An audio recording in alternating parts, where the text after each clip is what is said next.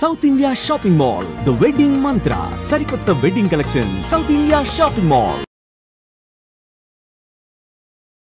Firstly అసలు lorry driving ఎందుకు start చేశారు? నానమ్మని ఒకసారి ఉస్నాబాద్ ఊళ్ళో చూసిన, ఎందుకంటే షాప్లో పండి తిరుగుతా నేను అది ఎక్స్పెక్ట్ చేయలేదు. మరి ఇంటర్ తర్వాత ఎందుకు ఆపేశారు? రోడ్డు మీద ఓనర్ గారి కోసం కూర్చున్నా. నేను వచ్చేసి 400 ఇచ్చాను. 400 కరీంనగర్ నుంచి డైరెక్ట్ విజయవాడ ఎందుకు వెళ్ళిపోయినారు అసలు? అది నేను ఒక తెలియక చేసిన మిస్టేక్ మేడం. మిస్టేకా? పెద్ద తప్పు మేడం. ఓకే, అంటే ఏం జరిగింది? ఇప్పుడు ఎందుకు అంత బాధపడుతున్నారు? ఈ తప్పు చేయడం వల్ల ఈ విషయంలో జైలు కూడా వెళ్ళాల్సి వచ్చింది. ఆలోచించలేదా? అంటే ఇప్పుడు మా చెల్లి ఉంది నా తర్వాత, నేను ఇక్కడి నుంచి వెళ్ళిపోయినా ఏమైనా జరిగినా ఈ పని చేయడం వల్ల నా ఫ్యామిలీకి తప్పు చేసిన. డ్రైవర్లు అనగానే మాటలు అనడం, గట్టిగా అరిచేయడం ఇలా చేస్తూ ఉంటారు. చేస్తారా లేదా?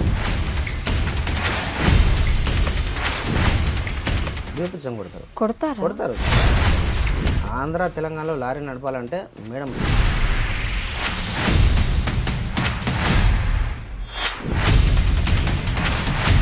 లారీ డ్రైవర్లు అనగానే రోడ్డు మీద నైట్ టైము ట్రాన్స్జెండర్స్ నిలబడి ఉంటారు, వీళ్ళే తీసుకెళ్ళిపోతూ ఉంటారు ఎక్కువ మందిని అని బుక్ చేసుకుంటారు. ఇట్లా లారీ డ్రైవర్లే కాదు, యాక్సిడెంట్లు అవుతాయని కూడా ఏమైనా తగ్గిపోతున్నాయంటారా ఇట్లా లారీ డ్రైవర్లు పెరగడం? అట్లా ఇంత ఫీల్డ్ బాగున్నా దీంట్లో శత్రువు మన ప్రాణం తీసేవాడు ఎవడు అని చెప్పేసి అంటే అందరం చూసిన ఒక వీడియో డైరెక్ట్గా ఏడుస్తున్నారు మీరు. యాక్సిడెంట్ అయింది, ఇంకా నాకేం అర్థం అవ్వట్లేదు. ఇదంతా బాగానే ఉంది, దీనికంటే ఒక ఏమనుకుంటున్నారు మీ ఆయన గురించి? అంటే ఇంత కష్టపడి ఉంటారు, ఒక మాటలో ఏం చెప్పగలరు? చాలా మంది లవ్ మ్యారేజ్ చేసుకొని కొట్టి తిట్టి వదిలేసి వెళ్ళిపోయిన వాళ్ళు కూడా ఉన్నారు. నాకైతే బెస్ట్ ఆప్షనే అనుకుంటున్నాను. నేను చిన్న ఏజ్లో తెలియక తప్పులు చేశాను. హాయ్, హలో, నమస్తే, welcome back to our channel. నేను మీ వైషు. బేసిక్గా మనకి ఏదైనా వస్తువులు కావాలన్నా, మనం ఎక్కడికైనా ఫాస్ట్గా వెళ్ళాలన్నా, మనకి ఏదైనా అవసరమైన మనం ఇప్పుడు ఏం వాడుకుంటున్నా అవి అన్నీ మన కోసం తీసుకొచ్చిన వాళ్ళు ఖచ్చితంగా డ్రైవర్స్ అయి ఉంటారు. ఎందుకంటే ఊర్లు వెళ్ళి ఆ లారీల్లో తోలుకుంటూ వెళ్ళి అవన్నీ మనకి చేరవేస్తే మనం ప్రశాంతంగా వాడుకుంటున్నాం. కానీ నిజం చెప్పండి, ఎంతవరకు మనం లారీ డ్రైవర్లకు కానీ లేదంటే ఏదైనా సరే డ్రైవింగ్ చేసే వాళ్ళకి ఎంతవరకు రెస్పెక్ట్ ఇస్తుంటారు? సమాజం ఎంతవరకు వాళ్ళని గుర్తిస్తుంది రెస్పెక్ట్ ఇస్తూ? అలా నాకు చాలా తక్కువ మందే కనిపిస్తారు. కానీ ఈ మధ్య కాలంలో యూట్యూబ్లో వీడియోస్ చేస్తూ డ్రైవర్స్కి కూడా మంచి రెస్పెక్ట్ పెరగాలని వాళ్ళు చేసే వీడియోస్ అన్నీ మిగతా వాళ్ళకి ఇన్స్పిరేషన్ అని చెప్పుకోవాలి. అయితే వాళ్ళకు కూడా కష్టాలు ఉంటాయిగా, మరి దాంట్లో కూడా చాలా ఇది అసలు వెళ్తే వస్తారా రారా, ఎక్కడైనా యాక్సిడెంట్ అయితే పరిస్థితి ఏంటి, ఇలాంటివి కూడా ఉంటాయిగా.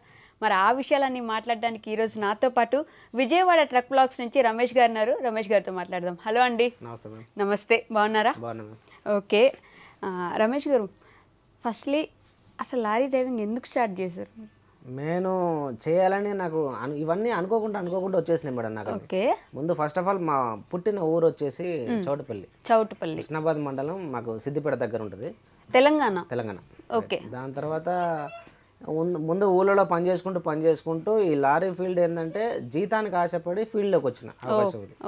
దాని తర్వాత క్లీనర్ పొజిషన్ ఉంటే ఒక రకమైన జీతం, డ్రైవర్ ఉద్యోగం సంపాదించుకుంటే ఒక రకమైన జీతానికి ఆశపడి ఫీల్డ్లోకి రావాల్సి వచ్చింది. ఓకే, అర్థమైంది.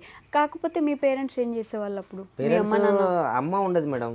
నాన్న చిన్నప్పుడు నాకు ఒక 6th క్లాస్ ఉన్నప్పుడు బియ్యమండి, మేము పద్మశాలి. ఓకే, మా నాన్న వర్క్ వచ్చేసి మగ్గన వేయటం. అది ముంబై దగ్గరలో బియ్యమండి అని చెప్పేసి ఏరియా ఉండేది, అక్కడ పనిచేసేవాడు. వృత్తిరీత్యా పని చేసుకుంటూ ఆయనకు కళ్ళు కనబడక ఇంటికి వచ్చేసాడు. నాన్న ఇంటి దగ్గర ఉండేవాడు, అమ్మ వ్యవసాయం పని, నేను స్కూల్కి వెళ్తా చిల్లర ఈ పనులు కూడా చూసుకునేవాడిని. స్కూల్కి వెళ్ళేటప్పుడు. ఓకే, ఏ క్లాస్లో అప్పటికి మీ నాన్న? అప్పుడు 6th 7th అంతే మేము. 6th 7th మీరు పనులు మొదలు పెట్టారా? అంటే అప్పుడు ఊళ్ళో చిన్న ఈ పత్తి ఎరటం కానీ, ఈ మొక్కజొన్నలకి పిండి వేయటం, అది వ్యవసాయం పనులు అయ్యే ఉంటాయి కదా, అలాంటి పనులకి వెళ్ళేవాడిని. 20 రూపాయలకి అప్పుడు 20 రూపాయలు ఏమొస్తుంది అప్పుడు 20 రూపాయలు? అప్పుడు అది గొప్ప మేడం. 20 రూపాయలు అంటే నేను ఎలా చూసుకున్నాను అంటే వెళ్తే ఒక 4 రోజులు వెళ్ళేవాళ్ళు. ఓకే, 4 రోజులు అంటే 4,20 80 రూపాయలు. ఈ లోపు స్కూల్ ఒక 2 రోజులు, ఇది ఒక 4 రోజులు, వారం కంప్లీట్ అయ్యేది. ఆ రకంగా నెట్టుకొచ్చేవాడిని. ఇటు 2 రోజులు స్కూల్కి పోవాలి, అటు అది మేనేజ్ చేసుకుంటారు. ఎంతవరకు చదువుకున్నారు మరి? ఇంటర్ కంప్లీట్ చేసాము. ఇంటర్ వరకు చదువుకున్నారా? ఆ టైంలో అంటే నాన్న వచ్చేసిన తర్వాత కూడా మీ మమ్మీ చదివించారు మిమ్మల్ని? అది పని చేసుకుంటూ అమ్మ కష్టం, ఒకటి చెల్లెకు చూడాలి, నాకు చూడాలి, నాన్నకు చూసుకోవాలి, నాన్నమ్మకు చూడాలి. అమ్మది చాలా కష్టం. అబ్బో, ఇంతమంది ఉన్నారా మీ ఇంట్లో? నానమ్మ, నేను, మా చెల్లెలు, నాన్న, మా అమ్మ, అందరినీ మీ మమ్మీ వ్యవసాయం చేస్తూ పోషించారు. ఊళ్ళో వ్యవసాయం అంటూ సొంతంగా ఏం లేదు, పొలం లేదు, పొలం అంటూ ఏం లేదు, మామూలుగా రోజువారీ కూలి. ఓకే, ఇది మా వర్క్. రోజువారీ కూలికి వెళ్ళి మిమ్మల్ని చదివించారంటే గొప్ప. మరి ఇంటర్ తర్వాత ఎందుకు ఆపేశారు? ఇంటర్ తర్వాత మేము ఆపడానికి కారణం నానమ్మ. ఒకసారి నేను అనుకోవాలా, ఊళ్ళో నుంచి చదువుకోవాలంటే 7 కిలోమీటర్లు వెళ్ళాలి ఉస్నాబాద్కి. 7 కిలోమీటర్లు వెళ్ళి నేను సైకిల్ మీద వెళ్ళి రావటం, నా తోటి ఫ్రెండ్స్ ఆటో, రోజువారీ ఆటో రావడం. నానమ్మని ఒకసారి ఉస్నాబాద్ ఊళ్ళో చూసిన, ఎందుకంటే షాప్లో పంటే తిరుగుతా భిక్షాటన చేయడం ఒకసారి చూసా. అంటే అడుక్కోవడం నానమ్మ. నేను అది ఎక్స్పెక్ట్ చేయలేదు, చూడలే అసలు. అమ్మ ఇంటికాడ పనికి పోవడం, నానమ్మ ఈ పని చేయడం నాతో పాటు ఉండేది. ఒకసారి నానమ్మని అలా చూసిన తర్వాత నేను ఏమనలా, సైలెంట్గా ఇంటికి వెళ్ళిపోయినా. ఇంటికి వెళ్ళిపోయిన తర్వాత నాకు నేను ఆలోచించుకున్నా, ఇది వద్దుగా ఆలోచించడం, ఇలా నాకు అనవసరం అని చెప్పేసి. ఈ ఏదైతే నేను చదువుకోవడం, అమ్మ కూలి పనికి వెళ్తుంది, అప్పటికప్పటికి వ్యవసాయం పనులు వెళ్ళిన చోటల్లో ఆమెకు దెబ్బలు. ఒకసారి కట్టెలు ఎత్తుకొస్తూ, మాకు సరైన గ్యాస్ కూడా లేదు అసలు. 2000 నాకు 20 సంవత్సరాలు 22 సంవత్సరాలు వచ్చేపాటికి మా ఇంట్లో కరెంటు లేదు. నేను మా చెల్లె నేను ఇంత రూమ్ అయితే ఓ మూలకి చిన్న దీపం పెట్టుకొని దీపం కింద చదువుకునే వాళ్ళం. అప్పటిదాకా కరెంట్ లేదు. కరెంట్ 2000 నాకు 22-23 సంవత్సరాలు వచ్చేవారికి ఇంట్లో కరెంట్ లేదు. ఊరంతా కరెంటు. ఒక కరెంట్ లేని ఇల్లు అంటే ఊళ్ళో మా ఒకటి. మీ నాన్నమ్మ ఎందుకు అంటే భిక్షాటన ఎందుకు చేసేవారు? ఆమెకు పని చేతనకపోయేది, చేయలేదు. ఏం పని చేసిద్ది ఆమె? మళ్ళీ కోడల కింద ఎన్ని రోజులు అని చెప్పి తింటుంది. ఆమె మనస్తత్వం ఎట్లా అంటే, నేను ఎవరి కింద ఆధారపడను, నాది నేను, అవసరం ఉంటే నేనే ఇంకో రూపాయి ఇస్తా, ఇల్లు మెయింటైన్ చేస్తా, ఆ పౌరుషం ఆమెది. అలా చూస్తుంటూ చేతనయ్యే కాడికి ఊళ్ళో ఏదైతే పని ఉంటుందో, నా వల్ల ఈ పని అవుద్ది అంటే ఆ పనికి వెళ్ళేది. అవ్వకపోతే ఇలా చూసిన నేను నానమ్మని ఒకరోజు చూసిన, నాకు మంచిగా అనిపించలేదు. ఇక అనిపించకపోతే నాకు ఈ చదవద్దు, చదువుకొని ఇప్పుడు ఇంటర్, దాని తర్వాత డిగ్రీ తర్వాత జాబ్ ఎక్కడికో ఉంది, ఇప్పటి నుంచే పని చేస్తా అని చెప్పేసి అని ఊళ్ళో పనికి వెళ్ళేవాడిని. ఊళ్ళో పనికి వెళ్ళేవారు, కూలి పనికి. మీరు ఎన్ని రోజులు వెళ్ళారు అట్లా? వెళ్ళాం మేము ఒక 2-3 సంవత్సరాలు వెళ్ళినా, 2 సంవత్సరాలు అట్లా. ఎంత ఇస్తారు ఒక రోజు కూలికి వెళ్తే? ఒక రోజు కూలి నా స్టార్టింగ్ కూలి 20 రూపాయలు మేడం. పత్తి ఏరటం, కలుపు మొక్కలు తీయటం, ఈ వరి నాట్లు వేయటం, ఇలాంటి అన్ని పనులకు, వ్యవసాయం పనులు, సర్వం పనులు చేసిన ఊళ్ళో. కరువు పనికి కూడా 150-300 అప్పుడు కరువు పని లేదు మేడం. ఓకే, అప్పుడు లేదా? లేదు, ఓన్లీ ఇదే పని. 20 రూపాయలకు మీరు 3 సంవత్సరాలు చేస్తారు కంటిన్యూస్గా. ఇది చేసిన తర్వాత హుస్నాబాద్ చికెన్ సెంటర్లో పని చేస్తే 1500 అని చెప్పేసి అన్నారు నెలకి. అది బాగుంది అని చెప్పేసి అని ఫుడ్ వాళ్ళదే, మొత్తం వాళ్ళదే చూసుకుంటారు. 1 by ఒక అవకాశం అక్కడే ఉండి కాలేజ్ కూడా చేయొచ్చు. అంటే ఎగ్జామ్స్ రాసుకుంటూ ఇది చేసుకుంటూ అది హుస్నాబాద్ అయితే బాగుంటుంది అని చెప్పి చూసాం. అలా హుస్నాబాద్కి ఎంటర్ అయిపోయినా 1500కి. దాని తర్వాత 2000 ఇస్తా అంటే కిరాణా షాప్లో పనిచేశాను. 2000 ఇస్తాను. దాని తర్వాత 2200, 2500 ఇస్తా అంటే కరీంనగర్, తిమ్మాపూర్ పాల కేంద్రంలో పనిచేసిన. క్యాన్లు వాష్ చేయడం కానీ, పాల ప్యాకెట్లు సప్లై చేయడం కానీ, లారీలో లోడ్ చేయడం కానీ, ఇలాంటి పనులు. దీని తర్వాత టర్నింగ్ పాయింట్ మా ఊరు, ఆయన ద్వారానే lorry field enter. Pachimatla Ramesh అని రీసెంట్గా చనిపోయారు ఆయన తీసుకెళ్ళాడు నన్ను. తీసుకెళ్ళి లారీ మీద క్లీనర్ పని చేయి 3000 పెద్ద నాకు సాలరీ మేడం. అప్పుడు అది 3000 చాలా పెద్ద జీతం. 3000 నెలకు వచ్చి 3000 వస్తున్నాయి. పనేం లేదురా, ఖాళీ లెఫ్ట్ సైడ్ కూర్చోవడం, బండి పని చూసుకోవడం, తాడు కట్టుకోవడం, పట్ట కట్టుకోవడం, దీనికి 3000. ఇది పొద్దున 8ంటికి వెళ్ళి సాయంత్రం 6 దాకా నడుము టింగుమనేలాగా పని చేస్తుంటే ఇంత వస్తుంది, దానికంటే ఇది బెటర్ కదా అనిపించింది. 3000కి జీతం ఆశపడి క్లీనర్ పనికి వెళ్ళినా. ఒక నెల రోజుల్లో లెఫ్ట్ సైడ్ నేర్చుకోవాల్సిన పని, ఒక క్లీనర్ నేర్చుకోవాల్సిన పని మొత్తం నేను నేర్చేసుకున్నా. ఆయనే దగ్గరుండి ఇది ఇలా చేసుకోవాలి, ఇది ఇలా చేసుకోవాలని దగ్గరుండి చేయించాడు ఆయన. ఒకవేళ ఫస్ట్ నాకు వస్తాదని చెప్పేసి అంటే గురువు గారు అంటే ఆయనే ఫీల్డ్, అంటే ఒక స్టెప్ ముందడుగు బేస్మెంట్, ఆయన ద్వారా ఫీల్డ్ లోకి వచ్చేసినాం. లారీ ఫీల్డ్ లోకి అట్లా దిగినారు క్లీనర్ గా. 3000 ఇస్తారు కాబట్టి వెళ్దాం అనే వెళ్ళినారు. ఆ తర్వాత ఇంకా మళ్ళీ అట్లా చిన్నగా దాంట్లోనే ముందుకెళ్ళడం స్టార్ట్ చేశారు, అంతేనా? మరి ఓన్గా లారీ ఎప్పుడు కొనుక్కున్నారు? ఓన్గా లారీ అంటే దాని తర్వాత కరీంనగర్ నుంచి విజయవాడను. కరీంనగర్ నుంచి విజయవాడ ఎందుకు వెళ్ళారు? ఈ మధ్యలో చాలా సినిమా ఉంది మేడం కరీంనగర్ నుంచి విజయవాడ అంటే. ఓకే. ఫస్ట్ ఆఫ్ ఆల్ ఎక్కడ ఆగింది మన స్టోరీ మేడం, 3000 దగ్గర ఆగింది. అవును. నేను చేసే వర్క్ ఓనర్ దగ్గర మంచి పేరు తెచ్చుకోవడం, ఓకే, రకంగా 3600 చేశాను. 3600 ప్రమోషన్ లా కొద్దిగా. ఓకే. 3600 చేసిన తర్వాత నా ఫ్రెండ్స్ ఎవరైతే ఇట్లా ఉంటారో కరీంనగర్లో మంచి వాళ్ళు ఉంటారు, చెడ్డ వాళ్ళు ఉంటారు. చెడ్డవాళ్ళు పరిచయం అవ్వడానికి కారణం ఈ ఉన్న ఒక ఫ్రెండ్ ఆదిల్ అని చెప్పేసి అని నా ఫ్రెండ్. ఎందుకంటే మంచి మంచి ఈ నమాజ్ చేసేవాడు 5 పూటలు. నాకు చదువుకుంటూ దాన్ని తెలుగులో నాకు ఎక్స్ప్లెయిన్ చేసేవాడు. అరే ఇలాంటి పనులు చేయకూడదు, దొంగతనాలు ఎందుకంటే దారిలో దొంగతనాలు సహజం. ఏదన్నా అప్పుడు బాగా చూసాను నేను. ఏదైనా లోడ్ వేసుకెళ్తే కానీ డ్రైవర్కి తెలియకుండా ఇవ్వండి దాన్ని చూసుకోవడం, డ్రైవర్ వెళ్ళిపోయిన తర్వాత ఆ డబ్బులు పాకెట్కి మన కింద వాడుకోవడం, అలాంటివి మనం చేయకూడదు, అవి తప్పు అని చెప్పేసి నన్ను సరైన మార్గంలో నడిపించాడు ఫస్ట్ ఫ్రెండ్. ఓకే. దాని తర్వాత దేనికోసం వచ్చావు అంటే నన్ను ఒక గోల్ వైపు నడిపేయడం. ఎలాగంటే ఈ ఫీల్డ్లోకి ఎందుకు వచ్చినాం, నేర్చుకుందాం అని కొందరు వస్తారు, నేర్చుకొని వెళ్ళిపోదాం అని చెప్పి కొందరు వస్తారు. 3000 జీతానికి ఆశపడి 3 నెలలు చేసుకుంటే 9000 ప్లస్ బోనస్ కింద ఒక 1000. 3 నెలలు చేసుకుంటే 10,000 వస్తున్నాయి. 10,000 కోసం కొందరు వస్తారు. దేనికోసం వచ్చావు అని చెప్పి కొంచెం ఆలోచింపజేశాడు. నాకు అంత తెలియదు మన దేనికోసం వచ్చామంటే నా టార్గెట్ డ్రైవర్, లెఫ్ట్ సైడ్ నుంచి రైట్ సైడ్ రావాలి, లెఫ్ట్ సైడ్ నుంచి రైట్ సైడ్కి వెళ్ళాలి. ఆయన టార్గెట్ అది. నా టార్గెట్ మెయిన్ డబ్బులు ఎక్కువ కావాలి. అలా చేస్తే ఏంటి మరి 6000, ఇక్కడ 3000, అక్కడ 6000, అక్కడ 6000 ప్లస్ రోజువారీ బేట, కమిషన్లు. రోజువారీ బేట అంటే తిండి ఖర్చులు. రోజుకి అప్పుడు 100 రూపాయలు. ఒక ట్రిప్ పొద్దునెళ్ళి సాయంత్రం వరకు ఒక ట్రిప్ కంప్లీట్ చేసుకుంటే ఒక 300 రూపాయలు. Local trip Karimnagar association union office నుంచి రైల్వే స్టేషన్కి, గర్రపల్లి నుంచి గర్రపల్లి గోడౌన్స్ నుంచి రైల్వే స్టేషన్కి, ఈ రకంగా రోజుకు 2-3 ట్రిప్పులు పడేటి. ట్రిప్కు 100 రూపాయలు లేదా ట్రిప్కు 200 రూపాయలు. ఇవన్నీ కలిపితే 15,000 రూపాయలు అయ్యేటి. అవన్నీ దాచిపెట్టుకునే వాళ్ళు, అవన్నీ అంటే ఓనర్ దగ్గర సేవ్ అయ్యేటి. మనం లెక్క రాసుకునే వాళ్ళం. ఇవన్నీ ఓనర్ దగ్గర సేవ్ అయ్యేటి. 6,000 జీతం ఆయన దగ్గర సేవ్. రోజువారీ బయట మాత్రం మనకి ఇచ్చేవాళ్ళు. తిండి ఖర్చులు వీటితో, ఇవి తిండి ఖర్చులకు వాడుకో, మిగతా ఏం ఖర్చు చేసుకోకని చెప్పేసి అవి సేవింగ్స్. మిగతా మొత్తం ట్రిప్ మామూలు మిగతా వగైరా జీతం ఇదంతా ఓనర్ దగ్గర సేవ్ అయ్యింది. నెలకు వచ్చే వరకు 15,000 ఆయన దగ్గర సేవ్ అవుద్ది. ఒకటేసారి తీసుకోవచ్చు. ఎట్లా 15,000? ఎట్లయినా 6,000 కదా మీ జీతం. 6,000 జీతం రోజుకో ట్రిప్ పడుతుంది. అవును. ట్రిప్ వచ్చి 300 సపరేట్ మళ్ళీ. అంటే నెలకు 30 పడవు, 20 వేసుకోండి. 6,000 అవి 12,000 అవుతున్నాయి. రోజువారీ బేటాలు అదని ఇదని చాలా ఇంకా అయితే 15,000 అవుతాయి. ఇవన్నీ 15,000. అప్పుడు మళ్ళీ ఆలోచన, బా లెఫ్ట్ సైడ్ నుంచి రైట్ సైడ్ రావాలా. కానీ ఇదంతా ఈజీగా అయ్యే పని కాదు. అవును, ఒక సంవత్సరం కృషి ఇది. రావాలని చెప్పేసి అంటే మా డ్రైవర్ గారు ఉండేవాళ్ళు, బండి ఇచ్చేవాళ్ళు అస్సలు కాదు. ఇలా కాదని చెప్పేసి అని ఎక్కడన్నా బండి పెడితే జస్ట్ స్టార్ట్ చేసేవాడిని అంతే. అటు సైడ్ ఇటు సైడ్ క్లీన్ చేసుకొని ఆయన 60 రూపాయలు ఇచ్చేవాడు మేడం వంటకి. 60 రూపాయలు వంటకి. అప్పుడు 60 రూపాయలు వంట చేయమని ఇచ్చేస్తే హుజరాబాద్ డ్రైవర్ గారిది 60 రూపాయలు వంట చేయమని ఇస్తే 28 రూపాయలు కేజీ బియ్యం. ఇప్పుడు 80 రూపాయలు మేడం. ఇప్పుడు నేను ఏదైనా డ్యూటీకి వెళ్ళి కొనుక్కోవాలనుకుంటే 28 రూపాయలు కేజీ బియ్యం. దాంట్లోనే ఆయిల్, సరుకు వగైరా, ఉప్పులు పప్పులు అన్ని కొనుక్కొని ఒక 10 రూపాయలు నేను మిగిలించుకునేవాడిని. 60లో నాకు టీ ఖర్చులు దానికని చెప్పేసి అని ఒక 10 రూపాయలు నేను మిగిలించుకొని మిగతా 50లో వంట చేసి పెట్టేవాడిని. ఈ రకంగా ఒక సంవత్సరం కష్టపడితే నాకు బండి ఇవ్వలేదు అస్సలు, రైట్ సైడ్ రానివ్వలే. నేను బాగా ట్రై చేసేవాడిని. ఎందుకంటే మైండ్లో ఒకటే ఆలోచన, 15,000 ఇదే ఆలోచన.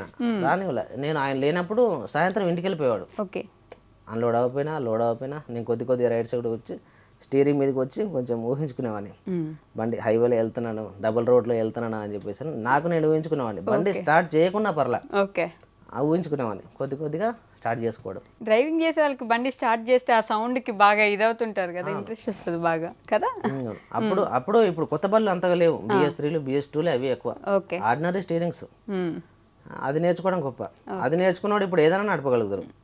సరే డ్రైవర్ లేనప్పుడు స్టీరింగ్ మీద కూర్చొని నాకు ఏదో చిన్నపిల్లడు స్టీరింగ్ తిప్పుతూ ఉంటారు కదా, అలా తిప్పేవాడిని అంతే. హైవేలో వెళ్తున్నాను ఏదో కలగానే వాడిని దాని మీద కూర్చొని.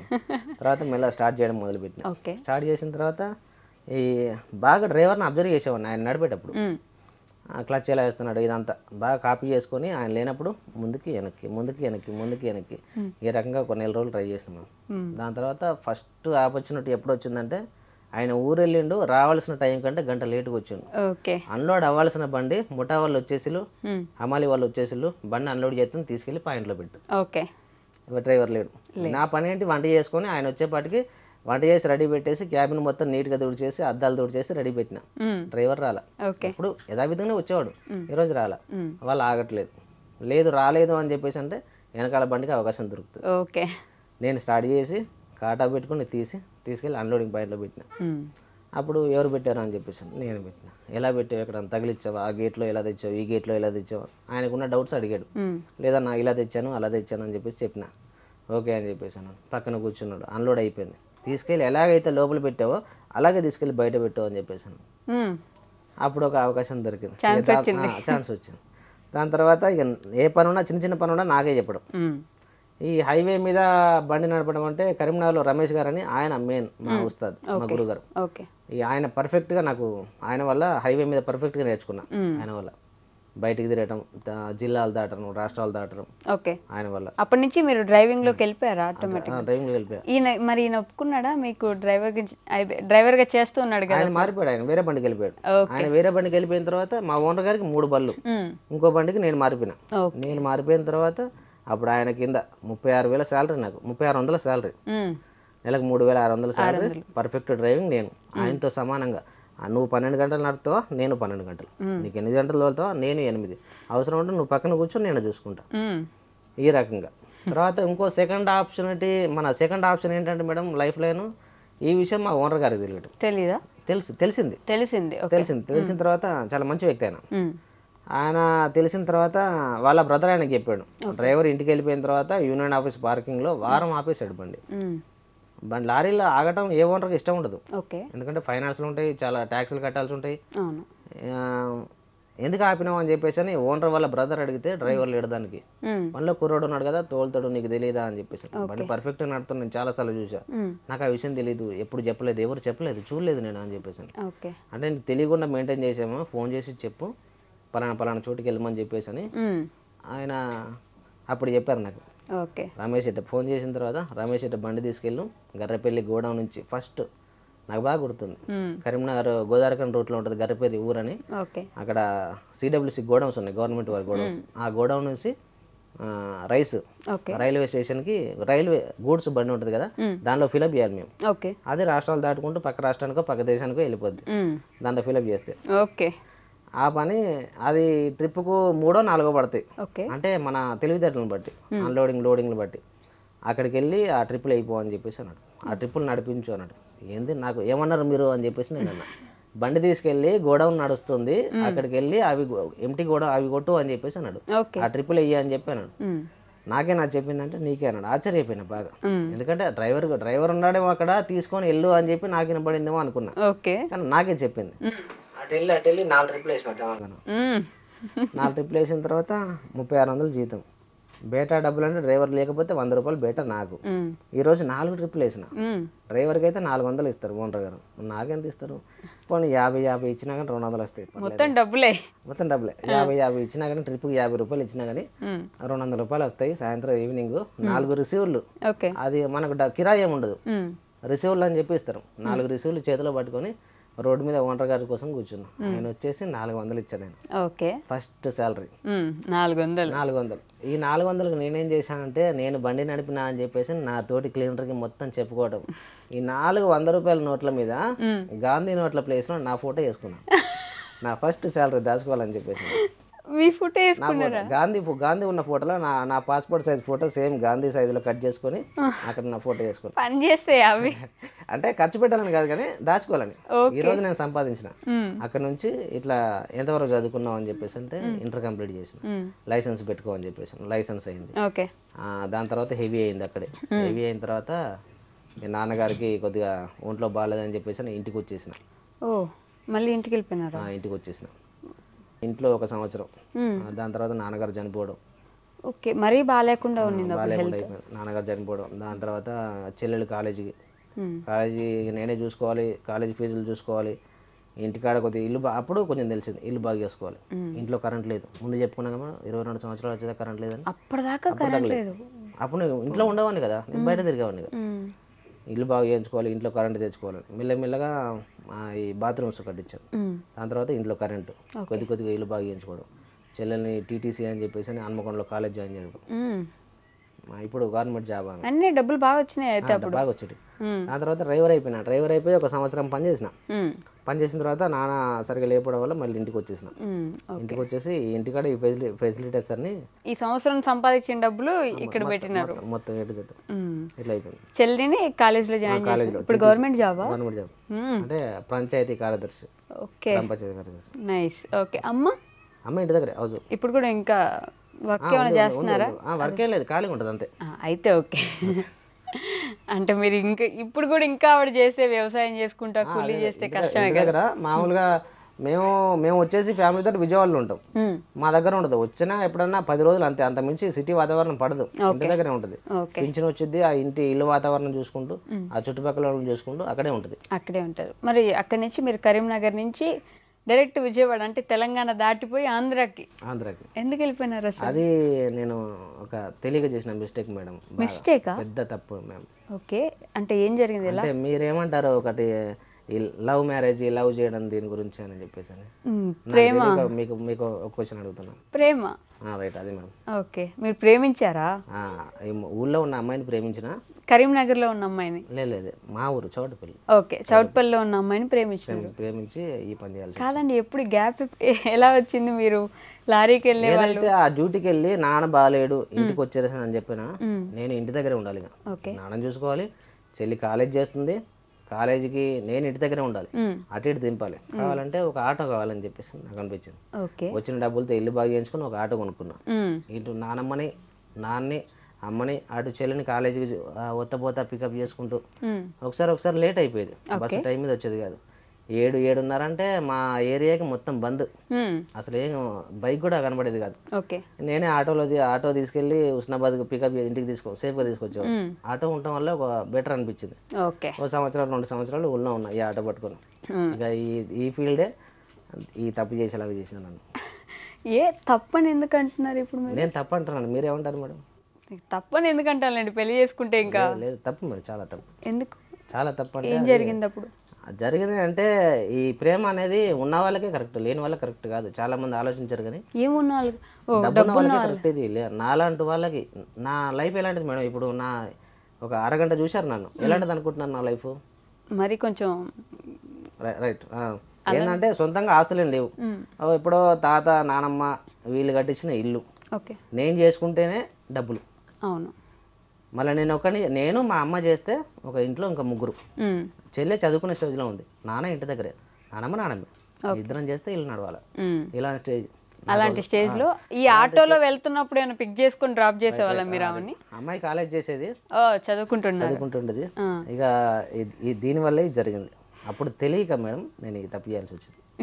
ఇప్పుడు బాధపడుతున్నా చాలా. అయ్యో, చాలా అంటే చాలా. ఇప్పుడు ఎందుకు అంత బాధపడుతున్నారు? సరే, అయిన సెట్ అయిపోయింది కదా ఇప్పుడు అంతా. అంటే నాకేం బాధ లేవు మేడం. ఆమె తరపున నేను ఏంటంటే వాళ్ళది చాలా పెద్ద ఫ్యామిలీ మేడం. అయ్యో, చాలా అంటే చాలా పెద్ద ఫ్యామిలీ. ఎందుకంటే ఓ లెక్కను చూసుకోవాలంటే ఈ వీడియో వాళ్ళు కనుక చూస్తారు కావచ్చు. ఒకవేళ నాకు ఎంతవరకు అంటే గోల్ ఉండేదంటే నన్ను కలుపుకోకపోయినా పర్లేదు, యాదవ్స్ వాళ్ళు నన్ను కలుపుకోకపోయినా పర్లేదు, ఆ అమ్మాయిని కలుపుకుంటే బాగుండు అని చెప్పేసి అని ఎప్పుడు ఉండేది, చాలా వరకు ఉండేది.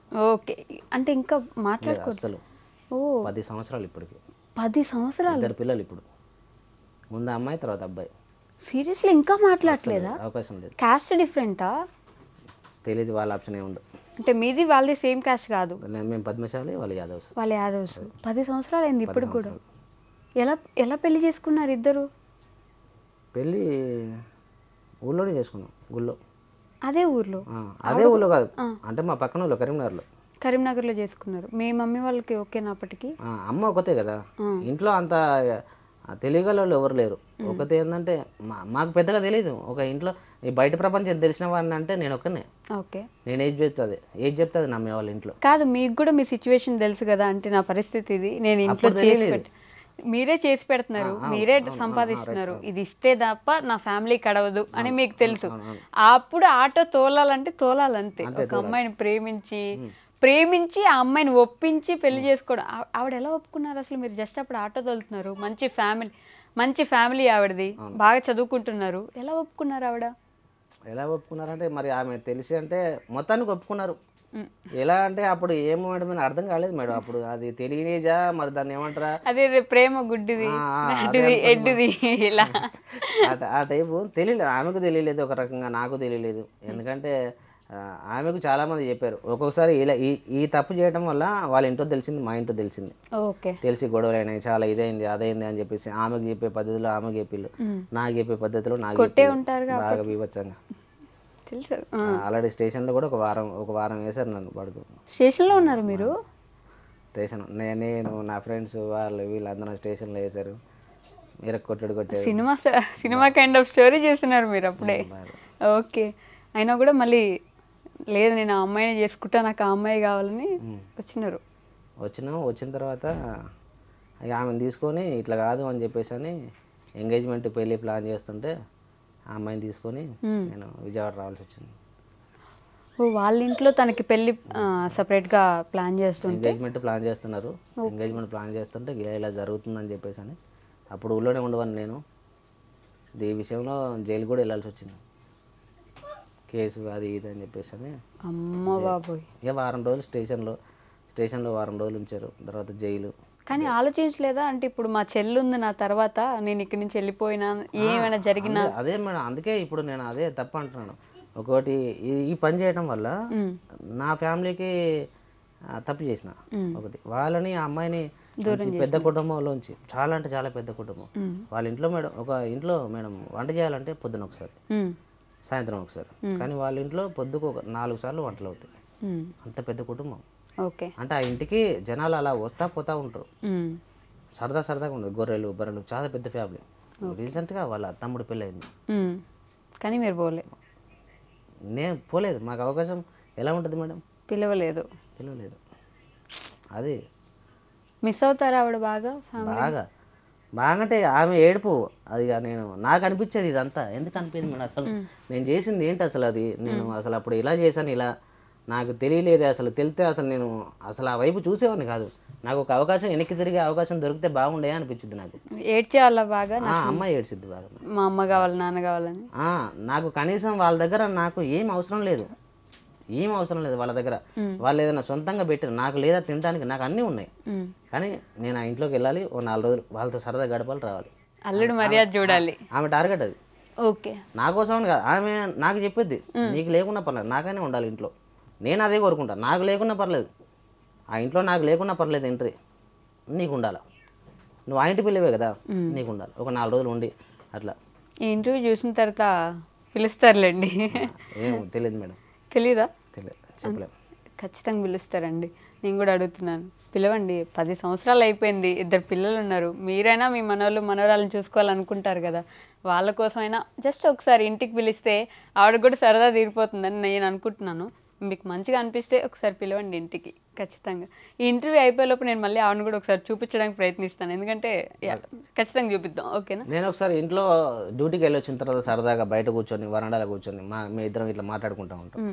కూర్చొని మరి ఏంటి సంగతి అని చెప్పేసి అని అంటే, నాన్న వాళ్ళ దగ్గర నాకు ఏం తీసుకునే ఉద్దేశం లేదు, నీకేమైనా ఉందా అని చెప్పేసి అంటే, మీ మామగారు సొమ్ము నీకేమైనా ఆశపడే, లేకపోతే నన్ను ఆస్తి కోసం పెళ్లి చేసుకున్నావా, నీకేమైనా ఉందా అని ఇట్లా మాకు మేము ఇట్లా ఎలాగో మన ఇద్దరం ఎలాగైతే ఇంటర్వ్యూ చేసి మీరు నా క్వశ్చన్ అడుగుతున్నారో ఆమె కూడా నన్ను అడిగేది, ఇట్లా అత్తగారి సొమ్ముకి మామగారి సొమ్ముకి నీకేమైనా ఆశ ఉందా? అబ్బో నాకు అసలు లేదు, నువ్వు సొంతంగా తెచ్చుకుంటా అంటే కూడా నేను వద్దంట. ఆమె కూడా అంతే, నాకేం అవసరం లేదు ఇంటి దగ్గర, జస్ట్ నేను వాళ్ళతో మాట్లాడితే చాలు, నాతో మాట్లాడితే చాలు, నా పిల్లల్ని దగ్గర తీసుకుంటే చాలు.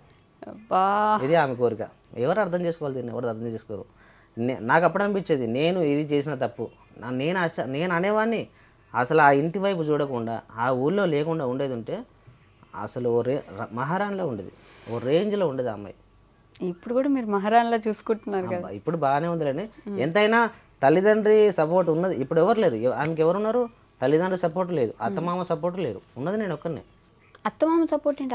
అత్తుంది, ఆమె ఇంటి దగ్గర ఉంటుంది. అంటే సపోర్ట్ అంటే ఒక డెలివరీ, 2 పిల్లలు. మేము డెలివరీ ఎట్లయింది అనుకున్నారు? 10 సంవత్సరాలు. విజయవాడ నుంచి ఊళ్ళో అడుగు పెట్టడానికి పెద్ద నాకు తపస్సు అయిపోయింది, పెద్ద టాస్క్ అయిపోయింది. విజయవాడ నుంచి మళ్ళీ ఎప్పటిలాగా ఊళ్ళో అడుగు పెట్టాలి. ఎందుకు అడుగు పెట్టాలి? చెల్లి ఉంది, చెల్లి పెళ్ళి చేయాలి, నేనే చూసుకోవాలి. అమ్మ ఉంది, అమ్మని చూసుకోవాలి. నానమ్మ దగ్గరకు వచ్చేసింది. వీళ్ళని నేనే చూసుకోవాలి, చాలా ఇంతవరకు దాకా వచ్చింది చాలా అని చెప్పేసి. ఈమె ఇలా జరిగిన తర్వాత పెళ్లి చేస్తున్నారు, సరే అసలు మ్యాటర్లోకి వెళ్దాం. పెళ్లి చేస్తున్నారు అని చెప్పేసి అన్న తర్వాత నేను తీసుకొని విజయవాడ వెళ్ళిపోయాను. ఓకే. విజయవాడ ఏంటంటే కొద్ది రోజులు అక్కడ ఉద్యోగం చేసిన, ఒక 4 నెలలు. ఎవరిచ్చారు అప్పటికప్పుడు ఉద్యోగం మీకు? అప్పటికప్పుడు ఉద్యోగం అంటే మేము రోడ్డు మీద తిరుగుతూ ఉన్నా, ఒక వ్యక్తి క్లీనర్ కావాలి అని చెప్పేసి అని ఈ కరీంనగర్లో ఒక చోట చేసి ఒక చోట మానేసిన తర్వాత, అంటే ఇప్పుడు ఒక లారీ ఒక చోటుకి వెళ్ళిద్ది, కరీంనగర్ బండి ఒక ఫ్యాక్టరీకి వచ్చింది, అదే ఫ్యాక్టరీకి విజయవాడ బండి వచ్చింది. వచ్చిన తర్వాత ఆ క్లీనర్ నేను కలిసి మాట్లాడుకునేవాళ్ళం, ఎక్కడ మీద అంటే విజయవాడ, ఎక్కడ మీద అంటే కరీంనగర్. అప్పుడు కూడా అంతే సేమ్, నీకెంత శాలరీ నాకెంత శాలరీ, నాకు 3,3600 శాలరీ, అక్కడ 4,000 శాలరీ. సరే ఒకసారి అడిగేద్దామని చెప్పేసి నేను అటు చూసా, 4 నెలలు పని చేసా, బాగానే వచ్చింది. 4 నెలల 16,000 సంపాదించుకొని తిరిగి వచ్చేసింది. తిరిగి రావడం దేనికంటే దూరం అయిపోతుంది, బాగా దూరం అయిపోతుంది. అప్పుడు ఎక్కడున్నారు తను, ఐ మీన్ మీ వైఫ్ ఎక్కడున్నారు? ఇంటి దగ్గర చోటపల్లి. అంటే అప్పుడు ముందు స్టార్ట్ ఇది, అంటే ఇది ఈ లవ్ మ్యాటర్లోకి దిగ ముందుకు, ఓకే, ఆ అమ్మాయి చేపట్టుకో ముందుకు. సరే విజయవాడ ఒక 4 నెలలు పరిచయం ఉంది. పరిచయం ఉన్న తర్వాత ఈ అమ్మాయిని తీసుకొని విజయవాడ రావాల్సి వచ్చింది. వచ్చిన తర్వాత ముందు ముంబైకి అక్కడికి ఎక్కడన్నా దూరం వెళ్ళిపోదామని చెప్పేసి, ఎక్కడికి వెళ్ళినా ఆమె సజెషన్ ఏంటంటే ఎటన్నా వెళ్తే అక్కడ భాష మాట్లాడుకునే భాష ఏంటి హిందీ, మనకు రాదు, మనం అక్కడ నెట్టుకు రాలేము. విజయవాడ ఎప్పుడో అన్నావు కదా, ఈ విషయాలన్నీ ఆమెతో షేర్ చేసుకునేవాడిని. విజయవాడలో ఒక 4 నెలలు ఉన్నా అన్నావు కదా, విజయవాడలో ఏం భాష మాట్లాడతారని, తెలుగు. అక్కడికి వెళ్దాం, చూద్దాం, మీ ఇక్కడ ఇట్లా మీ గురుగారు ఎవరో ఉన్నారన్నావు కదా, సాయం చేద్దాం అని చెప్పేసి అడుగుదాం అని చెప్పేసి అంటే ఆమె కోరిక మీద విజయవాడ వెళ్ళాల్సి వచ్చింది. విజయవాడ వెళ్ళి ఆయన కలిసినాం. ఆయన కలిసిన తర్వాత నేను ఇలా చేశాను బాబాయ్ అని చెప్పేసి, గురుగారిని బాబాయ్ అని చెప్పి పిలిచేవాడిని. మరి ఏం పని చేస్తావు నువ్వు, తీసుకురావటం వద్దు అని చెప్పేసాను. లేదు వాళ్ళ ఇంటి దగ్గర ఇచ్చేద్దాం అమ్మాయిని, నువ్వేం పని చేయగలవు, సంసారాన్ని నెట్టుకు రావడం నీ వల్ల కాదు అని చెప్పేసి అనేసాడు. నన్ను 0 కింద లెక్కేశాడు. ఎవరు? మా గురుగారు. అవ్వదు, నీ వల్ల అవ్వదు. ఒక రూమ్ చూసుకోవడం, డ్యూటీ చేసుకోవడం, బయట ఉద్యోగం చేయడం, ఇవాళ బయట ఎట్లున్నాయి ఖర్చులు, ఫ్యామిలీని మెయింటైన్ చేయడం, ఇప్పుడు మెయింటైన్ చేస్తే అయిపోయినా రేపు పొద్దున పిల్లలు వాళ్ళని మెయింటైన్ చేయడం, ఆ అమ్మాయికి ఎవరు సపోర్ట్ లేరు, నీకెవరు సపోర్ట్ లేరు, చేయలేవు నువ్వు అన్నాడు. లేదు నేను ఏదో ఒకటి మళ్ళీ వెనక్కి తిరిగి వెళ్ళినా ఇక అని చెప్పేసి అని ఆయన పట్టుకొని కూర్చున్నా. సరే ఏదో ఒకటి రూమ్ చూపిస్తా, ఇల్లు చూపిస్తా, మరి ఏం పని చేస్తావు అంటే లైసెన్స్ తీసి ఆయన ముందు పెట్టిన, హెవీ లైసెన్స్, లారీ నడపడానికి, ఇది ఒక్కటి చాలరా బతకడానికి అని చెప్పేసి బాగా ధైర్యం ఇచ్చేసింది. రెడ్డి గారు ఆయన పేరు, బాగా ధైర్యం ఇచ్చేసి ఒక ఓనర్ని పిలిచాడు. ఓనర్ కమ్ డ్రైవర్ ఆయన నాని గారు అని. ఆయన రీసెంట్గా నేను అక్కడ విజయవాడలో అడుగుపెట్టినప్పుడు వాళ్ళ అమ్మ చనిపోయి ఆయన బైక్ బయట నుంచి వెళ్తుంటే చెయ్యి ఇరిగిపోయి, కుడి చెయ్యి ఇరిగిపోయి రెస్ట్లో ఉన్నారు ఆయన. లారీ పక్కన ఉంది, దానికి డ్రైవర్ కావాలి. టైం మీద నేను దొరికిన దానికి కూడా ట్రిప్ కో డ్రైవర్ వస్తున్నారు. ఆయనకి సరిపోట్లా, నాకు సరిగా నడపట్లేదు అనిపించింది. నన్ను చూసి ఆ లైసెన్స్ తీసుకొని ఆయన జేబులో పెట్టుకొని, మీ బాబాయ్ని మర్చిపో, నేనే నీకు అన్నయ్య లెక్క, ఓ రూమ్ ఇప్పిస్తా, అది ఇప్పిస్తా, నా చెయ్యి ఇది, ఒక 6 నెలలు దాన్ని మెయింటైన్ చెయ్యి అని చెప్పేసి అని 10,000 చేతిలో పెట్టాడు.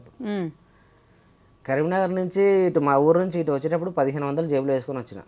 1500 ఆల్రెడీ ఆ ట్రైన్ జర్నీలు మధ్యలో తింటాం, ఇది అది 2 రోజులు జర్నీ అయిపోయింది, అటు ఇటు తిరగడం అయిపోయింది. దాంట్లో 100-200 మిగిలినాయి విజయవాడలో అడుగు పెట్టేపాటికి.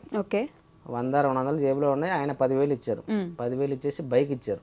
ఆయన ఏదైనా సొంతంగా నడుపుతున్నారో ఆ బైక్ ఇచ్చేసి ఆయన ఇంకో బైక్ మీద తీసుకెళ్ళి ఆ విజయవాడకి పక్కనే గురునానక్ కాలనీ అని చెప్పేసి అని, ఆ కాలనీకి పక్కనే ఇది ఏరియా బాగుంటుంది, డ్రైవర్లు అందరూ ఈ ఏరియాలో ఉంటారు, రెంట్లు కూడా అందుబాటులో పర్ఫెక్ట్గా ఉంటాయి, మనుషులు కూడా కలివిడిగా బాగుంటారు, ఈ ఏరియా అయితే బాగుంటుంది మీకు. నువ్వు ఒకవేళ రేపు ఉద్యోగానికి పోయినా కూడా అమ్మాయి హాస్టల్లో ఉన్నట్టుంటుంది, లేడీస్ హాస్టల్లో, పక్క వారందరూ వీళ్ళు ఇక్కడ వాళ్ళే కూడా అక్కడ వాళ్ళు చాలా మంది వచ్చినాం, నీకైతే పర్ఫెక్ట్ అని చెప్పేసి అలాంటి ఏరియా నాకు చూపించాడు. చూపించేసి 1500 రెంట్, ఫస్ట్ రెంట్ విజయవాడలో ఫస్ట్ ఇల్లు అద్దె 1500 రెంట్. నేను ఈయన ఇచ్చిన 10,000 తోటి చిన్న గ్యాస్, చిన్న గ్యాస్ ఇంత చిన్న గ్యాస్, 2 గిన్నెలు, ఒక కింద వేసుకునే చేప, ఇలా ఇది తెచ్చుకున్నాం. ఇది తెచ్చుకున్న తర్వాత ఒక 10 days రెస్ట్ తర్వాత డ్యూటీ హైదరాబాద్ విజయవాడ తిరగాలి. 2 రోజులకు ఒక ట్రిప్. 2వ రోజు ఇంటికి వచ్చేసేవాడిని. ఒక రోజు ఇంటి దగ్గర ఉండను, 2వ రోజు ఇంటికి వచ్చేస్తా. ఇంటికి వచ్చిన తర్వాత మళ్ళీ 2 రోజులు రెస్ట్, 3వ రోజు మళ్ళీ డ్యూటీ. ఈ విధంగా ఆయన దగ్గర ఒక 6 నెలలు పనిచేసిన. 6 నెలలు పనిచేసిన తర్వాత నాకు ట్రిప్కి వచ్చి 2,000, 2,200 అలా వచ్చేటి. నెలకు వచ్చి 10 ట్రిప్లు వేసేటి. లెక్క చూసుకుంటే 22,000 వస్తుంది నెలకు వచ్చి. చిన్న బండి, క్లీనర్ పక్కన, డ్రైవర్గా లోడింగ్ వాళ్ళే చేపిస్తారు, అన్నీ బాగుంది. 22,000 2 రోజులకు మళ్ళీ ఇంటి దగ్గర అని చెప్పేసి అని ఒక 6 నెలలు పనిచేసిన. దాని తర్వాత ఆయనకు చెయ్యి బాగా అయిపోయింది. బాబు నువ్వు వేరే కాడ ఉద్యోగం నీకు చూపిస్తా, అక్కడ చేసుకోను, నేను నా బండి తోలుకుంటా, సొంతంగా నేను నడుపుకునేవాడిని, ఎవరికి ఇవ్వని బండి అని చెప్పేసి అంటే వేరే కాడ ఉద్యోగం ఆయనే మాట్లాడింది. ఆయన దగ్గర టర్నింగ్ పాయింట్ మళ్ళీ ఆయన దగ్గర అబ్దుల్ బాకిల్ గారు అని ఆయన దగ్గర ఆయన ఉద్యోగం ఇచ్చిన తర్వాత ఆయన దగ్గర 2 సంవత్సరాలు పనిచేసిన. 2 సంవత్సరాలు కలివిడిగా ఓనర్ లాగా కాకుండా ఫ్రెండ్ లాగా ఇలా ఉండాలి, అలా ఉండాలి, విజయవాడలో ఇలా ఇలా ఈ రూట్ అటు ఈ రూట్ ఇటు, ఇక్కడ నెట్కు రావాలంటే ఇలా మెయింటైన్ చేయాలి, ఇలా నువ్వు ఇలా ఉంటే కష్టం తొక్కేస్తారు, నేను ఎదిగిపోయేవాడు, ఈ మెంటాలిటీ ఉండాలి నీకు అని చెప్పేసి నన్ను బాగా రుద్దేశాడు. రుద్దేసి చూసిన ఆయన దగ్గర పని చేసిన. దాని తర్వాత ఇంటికాడ కావాల్సిన వస్తువులన్నీ నేను 1 by 1 తెచ్చుకుంటా ఉన్నా. ఇంట్లో మంచి డెకోలో మంచం అయిపోయింది, ఫ్రిడ్జ్ అయిపోయింది, ఏసీ అయిపోయింది, కాస్ట్లీ సామాన్లు అయిపోయినాయి. దాని తర్వాత ఆయన దగ్గర 2 సంవత్సరాలు పని చేసిన తర్వాత మా పాప డెలివరీ, మా అమ్మాయి కడుపులో ఉంది, అమ్మాయి డెలివరీ కోసం అని చెప్పేసి ఆయన దగ్గర ఉద్యోగం మానేసిన. ఉద్యోగం మానేసి ఏంటండి అని చెప్పేసి అంటే 6 నెలలు రెస్ట్, రాన్ డ్యూటీకి. డెలివరీ చేసేవాళ్ళు ఎవరు లేరు. ఫస్ట్ డెలివరీ చందమామ హాస్పిటల్లో డెలివరీ, అటు ఇటు అమ్మ వాళ్ళు ఎవరూ లేదు. డెలివరీ ఎట్లా కావాలి మేడం, అమ్మాయి డెలివరీ అంటే ఎంతమంది ఉండాలి వెనకాల సపోర్ట్, ఏం లేదు. మాకు బాగా హోప్స్ ఒక అమ్మలాగా చూసుకుందంటే చందమామ హాస్పిటల్ మేడం, డాక్టర్ గారు నెంబర్ 1 ఆమె. తర్వాత కాలనీలో ఇంకా ఆమె లడ్డక్క అని చెప్పేసి ఆమె వల్ల బాగా ఫేమస్, నాకు బాగా హెల్ప్ చేశారు. ఇలా వాళ్ళిద్దరి వల్ల నేను ఆ డెలివరీ చేసుకోగలిగిన. పెద్ద ఆపరేషన్, ఫస్ట్ డెలివరీ పెద్ద ఆపరేషన్, అమ్మాయి పుట్టింది. 10 రోజులు నేనే చూసుకున్నాను మొత్తం మా హాస్పిటల్లో, ఇది అది అని చెప్పేసి సేఫ్గా ఇంటికి వచ్చేసినాం. ఇంటికి వచ్చేసిన తర్వాత కాలనీలో అప్పటికే 2-3 సంవత్సరాలు అయిపోయింది చూస్తా 2-3 సంవత్సరాలు అయిపోయింది. 2-3 సంవత్సరాల్లో అందరు పరిచయం అయిపోయారు. ఇంటికి వచ్చి వాళ్ళందరూ ఇది అంటే జాగ్రత్తలు, చిన్నపిల్లకి తెలియదు, తినాల్సినవి కొన్ని ఉంటాయి, తినకూడని కొన్ని ఉంటాయి, ఇలా అన్ని జాగ్రత్తలు చెప్పించేవాళ్ళు. నా తర్వాత ఫస్ట్ అమ్మాయి, నా తర్వాత అబ్బాయి, ఇలా ఇదికుంటూ వచ్చినారు మొత్తానికి. ఇట్లా సంసారాన్ని ఎక్కడ భయపడలేదు, బాధపడలేదు. ఓకే పర్లేదు, మనం పోదాం, చేద్దాం, దేవుడు ఉంటాడు. అదే ఒకరు దూరం అయితే ఒకరిని దగ్గర చేస్తారన్నట్టు ఆ హాస్పిటల్లో ఆ పెద్దవన్నో లేకపోతే ఇంకెవరో అలా ఒక్కొక్కరు ప్రతి ఒక్క స్టేజ్లో మీకు ఒక్కొక్కరు తోడొస్తూ ఉన్నారు అట్లా కదా. మరి 2 పిల్లలు పుట్టేసినారు. ఆ తర్వాత డైరెక్ట్ ఓనరా, ఇంకా లారీ ఓనర్? ఈయన ఎన్ని రోజులు ఇలా అమ్మాయికి 6 నెలలు వచ్చేసింది. ఎన్ని రోజులు ఉద్యోగం చేస్తే బండి కొనేసుకో అని చెప్పేసి, బండి కొనేసుకో ఏం మాట్లాడుతున్నావు, బండి నా వల్ల ఏంటి, అసలు అవ్వదు నా వల్ల. నేను ఇక్కడ కొద్ది రోజులు పని చేసుకొని ఊళ్ళో అన్ని ప్రాబ్లమ్స్ ఉన్నాయి, ఆ ప్రాబ్లమ్స్ అన్ని క్లియర్ చేసుకొని మళ్ళీ ఊరు వెళ్ళిపోతాను, నా ప్లాను. నువ్వేంటి ఏకంగా బండి కొనమంటున్నావు, బండి కొంటా నా వల్ల, బండి కొంటే నేను ఇక్కడే ఇక విజయవాడే ప్రాపర్ నాది, ఆంధ్రానే అంటాను అని చెప్పేసి, బండి కొనేసుకో అంటే వద్దు అని చెప్పేసాను. ఇంట్లో ఆలోచించిన తర్వాత 2 రోజుల తర్వాత అప్పటికి ఫీల్డ్, ఎందుకంటే డ్రైవర్కి ఎంత వస్తాయి, ఓనర్కి ఎంత వస్తాయి, సరే కొనాల్సిన ఆలోచన వచ్చిందని చెప్పి కొనేసిన. ఎంత పెట్టి? 3 లక్షలు. 3 లక్షలు ఫస్ట్.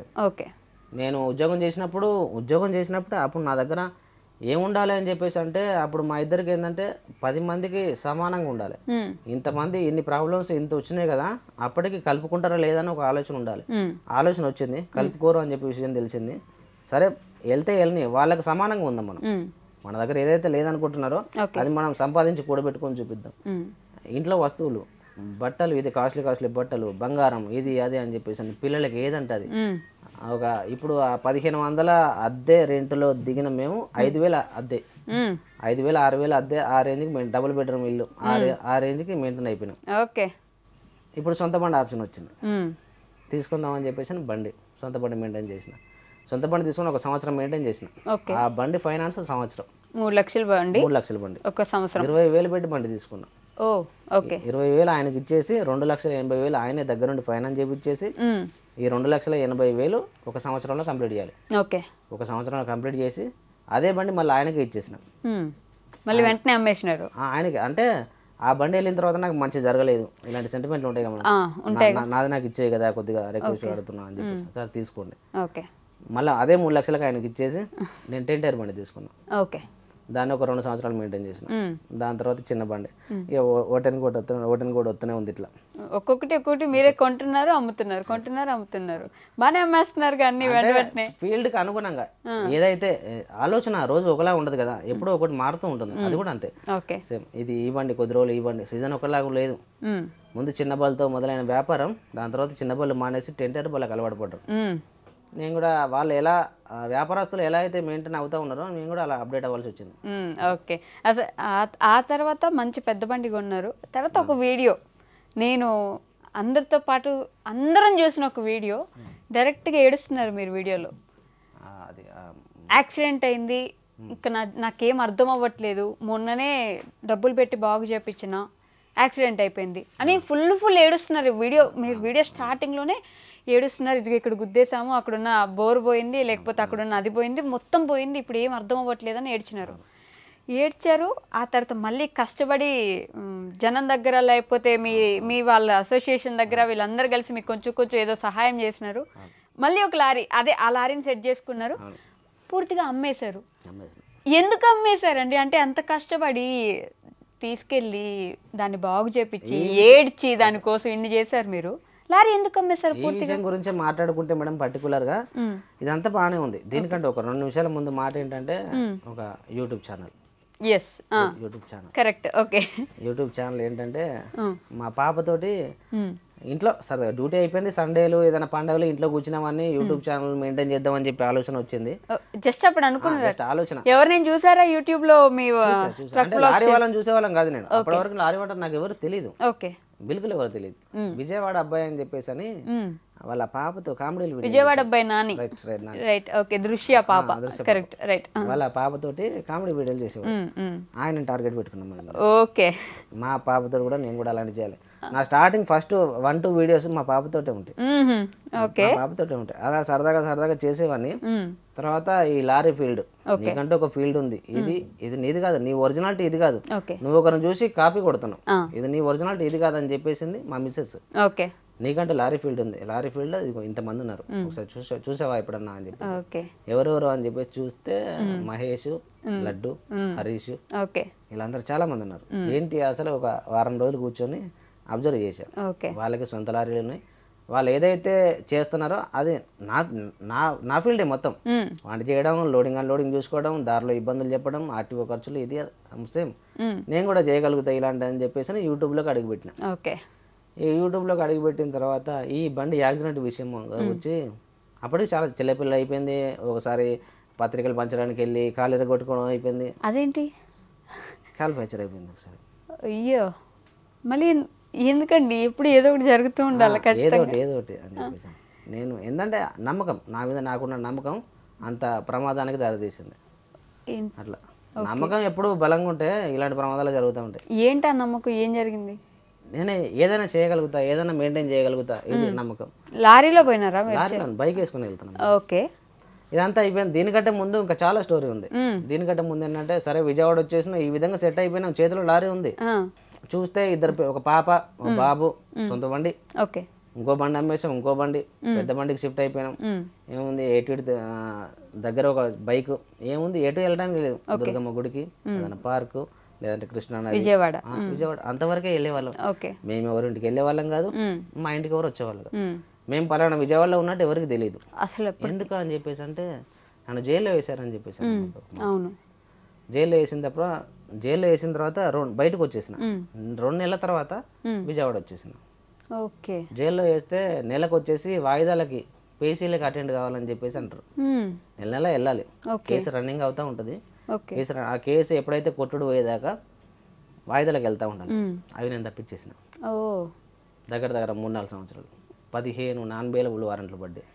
కోర్టు ధిక్కారణ 15 నాన్-బెయిలబుల్ వారెంట్లు కనబడితే తీసుకెళ్లి జైలు వేస్తారు. బెయిల్ కూడా ఇవ్వద్దు ఈ అబ్బాయికి అని చెప్పి అలా చేస్తారు. తర్వాత ఇల్లు గురించి ఆలోచన పడింది. చెల్లెపల్లి చేయాలి, చెల్లె జాబ్ దగ్గరకు వచ్చింది, అమ్మని చూసుకోవాలి, నానమ్మని చూసుకోవాలి, ఇంటికి వెళ్ళాలి అంటే అప్పుడు నన్ను బయటకు తీసుకొచ్చిన లాయర్ గారికి ఫోన్ చేసిన.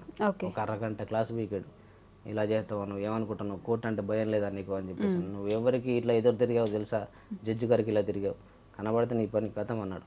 మరి ఏంటి సార్ పొజిషన్, హైకోర్టు నుంచి ఒక పిటిషన్ తీసుకురా అని చెప్పేసి అన్నాడు.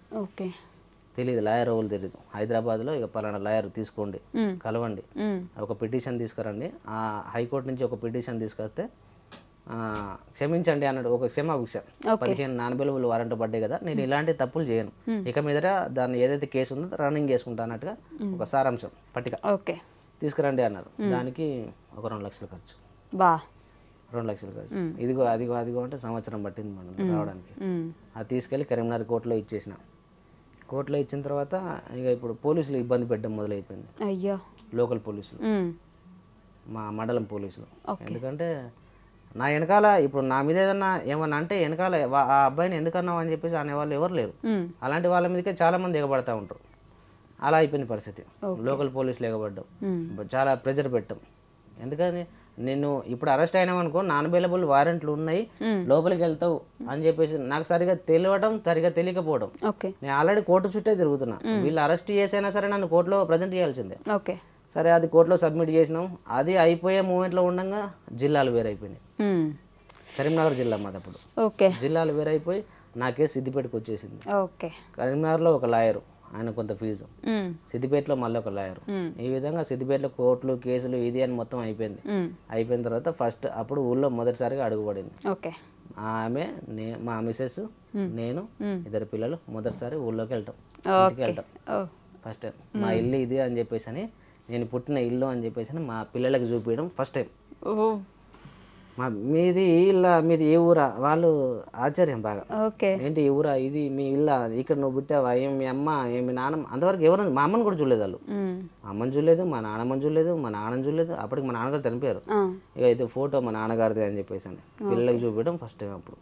అప్పటికి మీ చెల్లి పెళ్ళికి వచ్చిన్నారు, పెళ్ళికి రెడీగా ఉన్నారు. ఇక సంబంధం మాట్లాడడానికి ఊళ్ళో అయిపోయిన తర్వాత ఇక ఈమె నేను సంబంధం మాట్లాడి సిద్దిపేట అబ్బాయికి ఇచ్చేసినాం.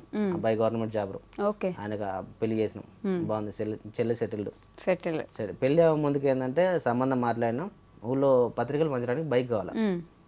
బైక్ కావాలంటే వాళ్ళని వీళ్ళని అందరికి వ్యవసాయాలే, ప్రతి ఒక్క బండి ఇంపార్టెంట్ వాళ్ళకి.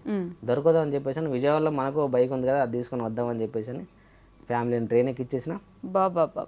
నేను విజయవాడ నుంచి బైక్ వేసుకొని వస్తున్నా. నర్మేట దగ్గరలోకి వచ్చేసిన. సూర్యాపేట, జనగాం, నర్మేట మా ఊరు ఉస్మాబాద్. ఇలా వెళ్తున్నా, రోడ్డు బాగాలేక పడిపోయినా. పడిపోయి కాలు ఫ్రాక్చర్ అయిపోయింది.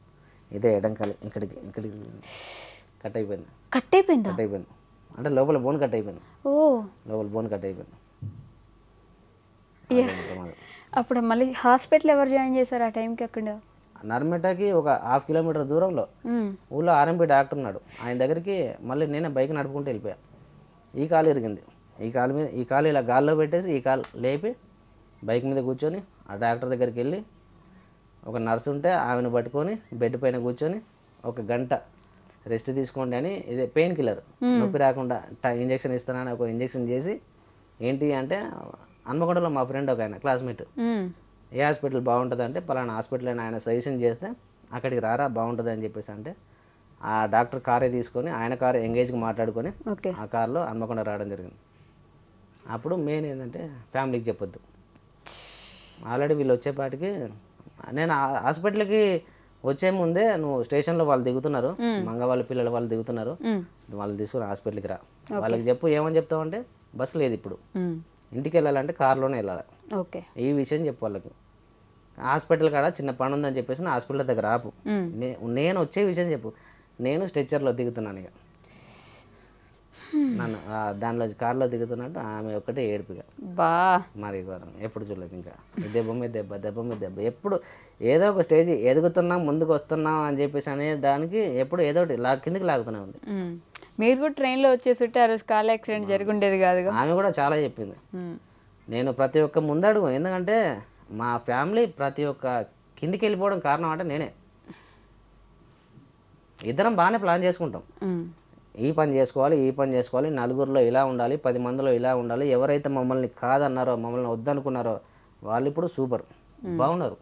ఊళ్ళో ప్రతి ఒక్కడికి ఏంటంటే ఇప్పుడు ప్రజెంట్ సిచ్యువేషన్, ఒక ఇంట్లో ఒక అబ్బాయికి వాళ్ళ నాన్న సంపాదించిన 5 ఎకరాల పొలం ఉంటుంది, వాళ్ళ తాతలు సంపాదించిన 5 ఎకరాలు, ఏదో సంథింగ్ 5 ఎకరాలు 3 ఎకరాలు 10 ఎకరాలు ఎంతో కొంత ఉంటుంది. నాకు మాత్రం ఏం లేదు. నాలాంటి వాడికి తల్లిదండ్రులు ఇచ్చే ఏంటంటే ఒక చదువుకోవడం ఆస్తులు అంతస్తులు కాకుండా కానీ నీ వరకు నువ్వు చదువుకో చాలు బస్ అంతే. చదువుకొని నీ లైఫ్ నువ్వు నిలబెట్టుకో. ఇలాంటిదే గొప్ప ఇప్పుడు ప్రజెంట్ ఇది నడిచేది ఇదే. అలాంటిది నాకు లేకపోయింది. ఇప్పుడు అలాంటి వాళ్ళు వాళ్ళతో పోటీ పెట్టుకోకూడదు మనం. ఎందుకంటే వాళ్ళ టార్గెట్ ఏంటంటే చదువుకోవడం. వాళ్ళకి కష్టం తెలియదు. ఆడపిల్ల పెళ్లి చేసిన వాళ్ళు కాదు, ఇంటికాడ అమ్మ నాన్నని చూసుకునే వాళ్ళు కాదు, లేదంటే పిల్లల బాధ్యత భార్య బాధ్యత తీసుకునే వాళ్ళు కాదు. వాళ్ళు ఏంటంటే ఆల్రెడీ అమ్మ నాన్న ఇచ్చిన చదువుతో చదువుకొని మంచి ఉద్యోగం సెటిల్ అయ్యి ఇప్పుడు కొద్దిగా అయ్యా ఆస్తులు వెనకాల పెట్టుకొని అయ్యా రిటైర్డ్. ఇప్పుడు ఆస్తులు నేనకే, వాళ్ళతో కంపేర్ చేసుకోకూడదు. మనదంటూ మనదే. మనకేందో విజయవాడలో సొంతంగా ఇల్లు ఉంది, వాళ్ళ సొంత బండి ఉంది, చిన్న ఏదో కొద్దిగా ఇవన్నీ ఉన్నాయని చెప్పేసి అని ఇది చాలు మనకి.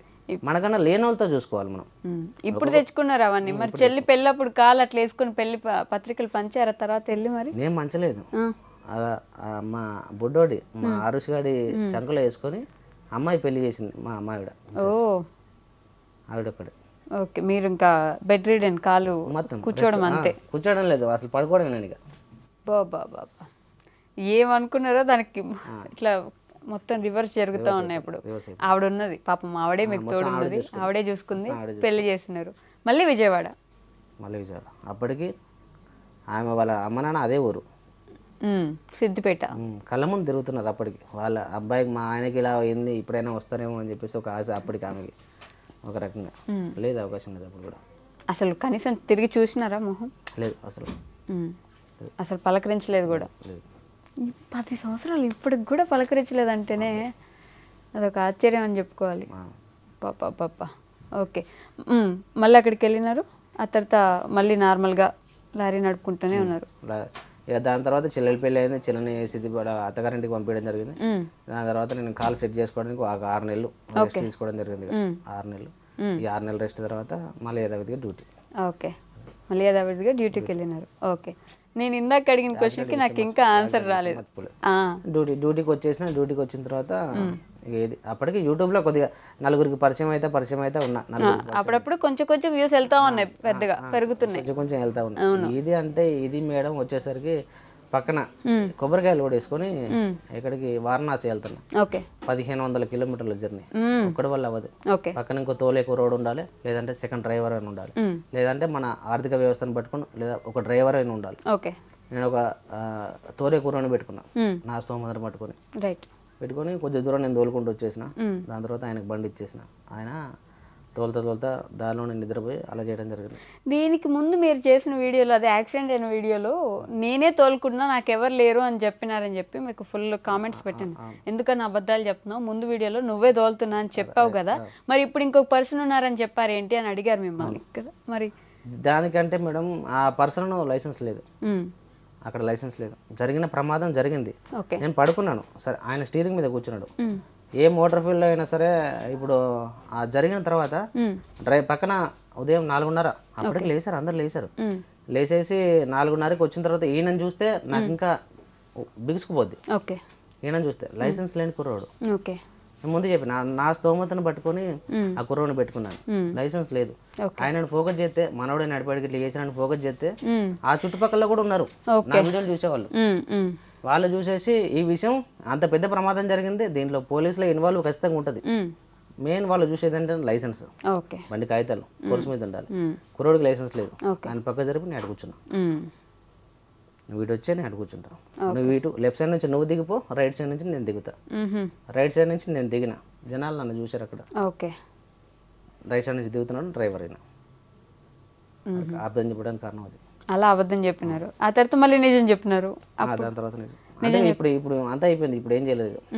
మరి ఇట్లా డబ్బులు తీసుకుని ఆ లారీ బాగు చేయించుకున్నారు కదా, అందరికీ థ్యాంక్ యూ కూడా చెప్పినారు, ఇట్లా పంపించినారు. సగం మంది పంపించిన డబ్బులు రాలేదు, నేనేమి ముందు ప్లాన్ చేసుకోలేదు, ప్లాన్ చేసుకుంటే బిజినెస్ చేయాలనుకుంటే ఇంకేదో అకౌంట్ క్రియేట్ చేసుకునేవాడిని కదా అని కూడా చెప్పినారు. మరి తర్వాత మంచిగా కష్టపడి బాగు చేసుకున్న లారీని ఎందుకు అమ్మేశారు? ఇక మెయిన్ అమ్మడానికి కారణం వచ్చినా బాగు చేయించుకున్నా. వాళ్ళు 4 సాయం చేశారు, చాలా మంది సాయం చేశారు. ప్రతి ఒక్కరికి పేరు పేరున ధన్యవాదాలు అని చెప్పిన ప్రతి ఒక్కరికి ఇంత వచ్చింది అని చెప్పేసి నాకు చేయండి, ఒక వీడియో చేయండి అని చెప్పి ఎవరు చెప్పలేదు. ఎంత వచ్చిన అమౌంట్ నాకు లెక్క కావాలి అని చెప్పేసి ఎవరు అడగలేదు. నా సొంతంగా నేను చేసుకున్నా. నాకు ఎంత వచ్చింది, 1,00,000 పైన అమౌంట్ వచ్చేసింది. అక్కడ ఘోరంగా తీసుకున్నారు మేడం. ఇది ఏదైతే యాక్సిడెంట్ అయిన చోటో మరి బాగా తీసుకున్నారు. ఇంపాక్ట్ అయింది ఒక బోరు, ఓకే, ఒక ట్రాక్టర్, దాని తర్వాత ఒక మెకానిక్ షెడ్. చాలా 80,000 దాకా ఖర్చు అయిపోయింది. అప్పో. స్టేషన్లో మరి చదువుకున్న మూర్ఖులు అనొచ్చు, తప్పలేదు, వాళ్ళు కూడా బాగా తీసుకున్నారు. వీళ్ళ వల్ల ఇక అయిపోయిన తర్వాత బండి చేయించుకొని అమ్ముకోవడానికి కారణం ఏంటంటే నాకు 2 ఇన్సిడెంట్. ఇది జరిగింది కదా, ఇది పెద్దది మేజర్. దీనికంటే ఒక వారానికి ముందు నా చేతిలో జరిగింది. ప్రయాగ్రాజ్ ఇలహాబాద్ దారిలో వస్తుంటే ఏ డ్రైవర్కైనా నిద్ర రావడం సహజం. 24 గంటలు మిషన్ లాగా పనిచేయలేడు. ఆ టైంలో ఫలానా చుట్ట కిలోమీటర్ దూరంలో ఒక టీ హోటల్ ఉంది, నేను అక్కడ ఆపుకుంటా, అక్కడ రిఫ్రెష్ అవుతా, అక్కడ నుంచి మళ్ళీ జర్నీ స్టార్ట్ చేస్తా అనేది ఒక టార్గెట్ ఉంటుంది. సేమ్ నాకు కూడా అదే టార్గెట్లో ఉంది. 1 కిలోమీటర్ దూరంలో టీ హోటల్, అక్కడ ఆపుకుంటా, టీ తాగుతా, లేదంటే స్టీరింగ్ మారుతా, సెకండ్ డ్రైవర్కి ఇచ్చేసి నేను మారిపోతా. ఆ టార్గెట్. ఇది ఒక 5 నిమిషాల జర్నీ. కళ్ళు మూతలు పడిపోయినాయి. చూస్తే లెఫ్ట్ సైడ్లో ఒక బండి ఉంది, దగ్గరికి వెళ్ళిన తర్వాత కనపడింది బండి. 50 స్పీడ్లో బండి ఉంది. ఇలాంటివి జరుగుతూ ఉంటాయి ప్రతి ఒక్క డ్రైవర్ కామన్. కానీ చూసుకొని ముందుగా రోడ్డు నుంచి తిప్పేశారు. రోడ్డు మీదకి రైట్ సైడ్, లెఫ్ట్ సైడ్ అద్దం మాత్రమే పగిలింది. అద్దం లెఫ్ట్ సైడ్ చిన్న గీత, చాలా తక్కువ డ్యామేజ్, తక్కువ డ్యామేజ్ అది జరిగింది. దాని తర్వాత ఇది రెండోది. నా విషయానికి ఏంటంటే ఏదో కొడుతుంది, 2 అయినాయి, 3వది తగిలితే ఏదో పెద్దగానే జరిగింది. నాకు అనిపిస్తుంది కొడుతు సిగుతుంది, ఇది మెయింటైన్ కరెక్ట్ కాదు అని చెప్పి నమ్మేసాను. అట్లా అనుకుని చేసాను. ప్రతిసారి మీకు అమ్మేద్దాం అనుకున్నప్పుడు మంచిగా ఎవరో ఒకరు దొరుకుతున్నారు కదా కొనుక్కోవడానికి. అమ్మేయటం అంటే మేము మిగతా ఇంతకుముందు 3 బళ్ళు నేను అప్డేట్ అవ్వడానికి చూసుకున్నా. ముందు ఒక టాటా బండి చూసుకున్నా, 2021 మోడల్. ఇది అమ్మేసి 10 టైర్లోకి వెళ్ళిపోయినా, కొంచెం ఎదిగిన. 10 టైర్ అమ్మేసి లేలాంటి చిన్న బండిలోకి వచ్చేసిన, 11 మోడల్. అది కొంచెం అప్డేట్. ఆ చిన్న బండి అమ్మేసి 12 టైర్ తీసుకున్నా, 2016. ఇది కొంచెం అప్డేట్. దీంట్లో ఏంటంటే యూట్యూబ్ ఛానల్ గ్రోత్ చేద్దాం, లారీల పరంగా కొంచెం లాంగ్ తిరగడం, ఫైనాన్షియల్ పరంగా కొంచెం ఎదుగుదాం అని చెప్పేసి అప్డేట్ అవుదామని దీంట్లోకి వచ్చిన, ఈ పెద్ద బండిలోకి. దీంట్లోకి వచ్చిన తర్వాత నా ఆలోచన వేరే అయిపోయింది. అప్డేట్ కాదు, కిందికి వెళ్ళిపోతున్నాం. 2 దెబ్బలు తగిలినాయి తెలియకుండా. ఇప్పుడే నువ్వు అలర్ట్ అవ్వాలా. ఇంకోటి తగిలితే నువ్వు అసలు ఉంటావో లేదో తెలియదు, అయ్యేలాగా ఉంది. ఈ ఉద్దేశంతో అమ్మేసేదాన్ని, ఇష్టంగానే అమ్మేసాను. నెక్స్ట్ ఏంటి అని 100 మంది క్వశ్చన్ అడిగారు, అన్న ఏం చేస్తావు నెక్స్ట్, మళ్ళీ ఇంకో బండి కొంటున్నావా? ఎవరికి చెప్పొద్దు అనుకున్నా, ఒక వీడియో చేసుకున్నా నా వరకు పర్సనల్ గా అని చెప్పేసి. చాలా మంది అడుగుతున్నారు, అన్న నెక్స్ట్ ఏంటి. మేడం ఇప్పుడు చూడండి, ఒక బండి తీసుకుందాం అన్న ఒక 4 రోజుల ప్రాసెస్. మీరు ఒక బండి కొనుక్కోవాలనుకున్నా కాగితాలు ట్రాన్స్ఫర్ ఇది అదే అని చెప్పేసి అని, దాని మీద ఫైనాన్స్ క్లియరెన్స్ అని ఒక 4 రోజుల ప్రాసెస్ అవుద్ది. ఇప్పుడు ప్రజెంట్ సీజన్ ఇప్పుడే నడిచిద్ది. ఈ సీజన్ అయిపోయిన తర్వాత ఇప్పటి నుంచి మళ్ళీ నవంబర్ దాకా ఆన్ సీజన్. కష్టం. తెలివిగల్లోడికి అయితే ఒక ఈఎంఐ వరకు ఎలా తీసుకోవచ్చు. ఈఎంఐ 50,000 ఉంటుందా, 60,000-70,000 ఉంటుందా. కొద్దిగా తెలివి మెయింటైన్ చేస్తే ఈఎంఐ వరకు, ఈఎంఐ బండి మెయింటెనెన్స్, ఇంటి ఖర్చులు చూసుకోవచ్చు, ఇబ్బంది ఉండదు. లేదు అనుకుంటే మాత్రం ఇబ్బంది అయిపోతుంది. ఫైనాన్షియల్ మీదే పడతాయి, ఇంకేమైనా అప్పులు ఉంటాయి ఈ మీద పడతాయి. కిందికి వెళ్ళిపోయే ప్రాసెస్. కిందికి వెళ్ళడానికి ఇదే బేస్మెంట్ అయిపోద్ది. ఈ ఇప్పటి నుంచి ఈ జూన్ నుంచి నవంబర్ ఇది మంచి టైం కాదు, అన్ సీజన్. అందుకోసమే ఈ ఉన్న రోజులు ఆగుదాం. ఏదైతే ఇప్పుడు ఈ యాక్సిడెంట్ అయిన లారు అది తొందరపడి కొన్నా, ఎక్కువ పెట్టుకున్నా. 14.5 లక్షలు పెట్టి కొనాల్సిన బండి 15-30 పెట్టుకున్నా. ఎంత కమ్మినారు? 14 లక్షలు కమ్మినా మ్యామ్. మరి ఈ ఆల్మోస్ట్ 1 సంవత్సరం అయిందా వాడబట్టి? 2 సంవత్సరాలు. 2 సంవత్సరాల తర్వాత కూడా మీరు 14 కమ్మారంటే మంచి రేటే వచ్చింది. మంచి రేటు కాదు మేడం, నేను దానికి చాలా పెట్టుబడి పెట్టినా. నేను ఇప్పుడు ఆయనకు రన్నింగ్ బండి చేసి ఇచ్చా, టైర్లు ఉన్నాయి, ఇన్సూరెన్స్ ఫోర్స్ మీద ఉంది, లారీకి కావాల్సిన ఇవే. ఆయనకు చిల్లర ఏమున్నా ఒక 10-15 వేల రూపాయల పని ఉంటే ఉండొచ్చు అంతే. నాకు ఆ కండిషన్లో లారీ దొరకలా. ఇప్పుడు నేను ఏదైతే కండిషన్లో ఆ పాత ఓనర్కి బండి ఇచ్చానో నాకు అలాంటి కండిషన్లో లారీ దొరకలే. మొత్తానికి అమ్మేశారు 14 లక్షలకి. ఓకే, నెక్స్ట్ ఏంటి అనేది ఈ 6 నెలలు ఆగాలి. 6 నెలలు ఆగాలి మేడం. మరి బండి కొంటున్నారా? నెక్స్ట్ బండి తీసుకుంటారు. ఈసారి ఏంటి ఇంకొంచెం పెద్ద బండి ఏమైనా తీసుకుంటున్నారు? పెద్ద బండి ఏం కాదు మేడం. నేను ఏంటంటే ఏదైనా బండి తీసుకోవాలంటే అటు 7 తరాలు ఇటు 7 తరాలు ఆలోచించి తీసుకుంటా. బండికే మేడం అంతే. ఓ, అంటే కొత్త బండి పెళ్లి చేసుకునేటప్పుడు అటు 7 తరాలు ఇటు 7 తరాలు మన ఫ్యామిలీ ఏమైందని చూడలేదు, కానీ బండి మాత్రం ఖచ్చితంగా చూస్తారు. పెళ్లి అంటే మేడం ఒకటి, నేను పెళ్లి చేసుకుంటే ఒకవేళ సరైన పెళ్లి చేసుకుంటే నేను ఒక్కనే నష్టపోతా. కానీ ఇది మేడం లారీ ఫ్యామిలీని రోడ్డు మీదకి లాగిద్ది. కరెక్ట్. నా ద్వారా నా భార్య, నా పిల్లలు అందరూ. అందుకే చూస్ చేసే ఆలోచన జాగ్రత్త చేయాలి. సో నిదానంగా ఆలోచించి కొత్త బండి కొనుక్కుంటారు. కొత్త బండి వద్దు, కొత్త బండి జోలికి వెళ్ళను అనుకుంటున్నా. 50-50 దాని గురించి కూడా సింపుల్ ఒక లెక్క చెప్పాలంటే కొత్త బండి కొనుక్కొని ఒక 2 నెలలు 2 సంవత్సరాలు ఎలాంటి మెయింటెనెన్స్ ఉండదు, బాగా మెయింటైన్ చేయొచ్చు, ఎలాంటి రోడ్లో అనేది తిప్పొచ్చు. కానీ 2 సంవత్సరాల తర్వాత ఈ BS6 బండి అన్నీ అరుగుతాయి, ఇంజన్ అరుగుద్ది, క్లచ్ ప్లేట్ సర్వం టైర్లు అరిగిపోతాయి. 2 సంవత్సరాల తర్వాత కొత్త బండి పాత బండి ఒకటే మెయింటెనెన్స్. నేను నా పక్కన ఆయన ఒకటే, ఆయన రిపేర్ ఖర్చులు పెట్టుకోవాలి, నేను రిపేర్ ఖర్చు పెట్టుకోవాలి. కాకపోతే నేను నెలకొచ్చి కొత్త బండి ₹1,00,000 చొప్పున EMI కడతా ఉండాలి, ఆయన పాత బండి 50,000 కడతా ఉండాలి నెలకొచ్చి. ఆయనకు కిరాయి డబ్బులు సేమ్ వస్తూ ఉంటాయి, మిగిలేటి సేమ్ వస్తూ ఉంటాయి, నాకు సేమ్. ఓకే, ఆ విధంగా. సో వెయిట్ చేసి నిదానంగా సెకండ్ హ్యాండ్ బండే కొంటారు మళ్ళీ కూడా ఈసారి. 50-50 ఉంది మేడం. ఓకే, చూస్తున్నా. ఏంటంటే యూట్యూబ్ పరిచయం కొద్దిగా నన్ను ఒక మెట్టు పైకే లేపింది. ఎందుకంటే లేలాండ్ కంపెనీ వాళ్ళు, టాటా కంపెనీ వాళ్ళు ఈయన సివిల్ చూసి కానీ, నేను మెయింటైన్ చేసే పద్ధతి చూసి కానీ మా దగ్గర తీసుకోండి, 0 డౌన్ పేమెంట్. సివిల్ బానే ఉందా? ఇది మీకు అది బాగుంటే కొంచెం ప్లస్ ఉంటుంది. ఎంత ఏది తీసుకున్నా ఫైనాన్స్ లో మూవ్ అయితేనే ఉన్నా. ఓకే ఓకే, మా దగ్గర బండి తీసుకోండి, 0 డౌన్ పేమెంట్ లో బండి ఇస్తాం. ఓకే, బండి ఇచ్చి 6 లక్షలు అని మీకే ఇస్తామని చెప్పేసి అట్లా. అంటే కొద్దిగా ఇది ఏంటంటే బెనిఫిట్ అనేది కొద్దిగా ఉంటుంది, దాన్ని రకరకాలుగా అంటారు. బెనిఫిట్ అని నేనంట, లేదా ఆప్షన్ ఏదో అంటారు. అదేలేండి, ఇంకా బండి చాయిస్ ఇచ్చేసి కొంత అమౌంట్ 6 లక్షలు కానీ 7 లక్షలు కానీ మనకి ఇస్తారు బాడీ క్యాబిన్ కట్టుకోవడానికి బోనస్ కింద. నైస్, మంచిదే కదా. ఇంకా అంటే అది ఊరికే ఇవ్వరు మేడం, మళ్ళీ అది మనకి ఫైనాన్స్ లో కలిసిద్ది అలా. ఓకే, మరి ఇప్పుడు బండి కొనడానికి టైం ఉంది, ఈ గ్యాప్ లో ఏం చేయబోతున్నారు? ఏమో ఖాళీ ఉన్నాం, ఏదో ఉద్యోగమా? ఇప్పుడు మళ్ళీ సపరేట్ ఉద్యోగం అంటే ఎక్కడ దొరుకుతుంది? మా ఫ్రెండ్స్ ఉన్నారు. మరి ఇంకో బండి మీద పోతారా? ఎవరి బండి మీద? Okay, right. ఇన్ని రోజుల సర్వీస్, ఇన్ని రోజుల పరిచయాలు, మంచి మంచి ఫ్రెండ్స్ ఉన్నారు, వాళ్ళ బండి మీద ఖాళీ ఉండకుండా. పైగా యూట్యూబర్, ఇంకా కొంచెం పరిచయాలు ఎక్కువ. కాకపోతే డ్రైవర్లు అనగానే నేను దగ్గరుండి గమనించినవో, బాగా హార్న్ కొట్టేస్తే కనిపించట్లేదా కళ్ళు, ఎందుకు రోడ్డు మొత్తం నీదే అనుకుంటున్నావా, వెళ్ళిపోతున్నావు నీకు నచ్చినట్టు అని పక్కన ఇటు సైడ్ వెళ్ళే వాళ్ళు, లేకపోతే ఎవరో ఒకరు మాటలు అనడం, గట్టిగా అరిచేయడం, ఇలా చేస్తూ ఉంటారు. చేస్తారా లేదా? అది తక్కువ మేడం, మీరు చాలా తక్కువ అన్నారు. హారన్ కొట్టడం ఎవరికైనా ఇరిటేషన్, హారన్ కొట్టడం ఎవరికైనా ఇరిటేషన్. ఇది కాదు, ఇప్పుడు జనాల్లో ఒక పిచ్చి ఏంటంటే డ్రైవర్ని కొట్టడం, డ్రైవర్ని కడితే ఎవరు మధ్యలోకి రారు, ఎవరిని కొడితే. ఏంటంటే ఇప్పుడు ఒక యాక్సిడెంట్ వీడియో చూసుకోండి మేడం, సిటీలో లారీ వెళ్తుంది, నో ఎంట్రీ లేని టైంలో ఏదైనా చిన్న ఇంపాక్ట్, కారు బైక్ ఏదో తగిలింది, ఆ తగిలిన వ్యక్తి కొద్దిగా కోపిష్ట అనుకోండి, చూడకుండా డ్రైవర్ని 2 దెబ్బలు వేశారు.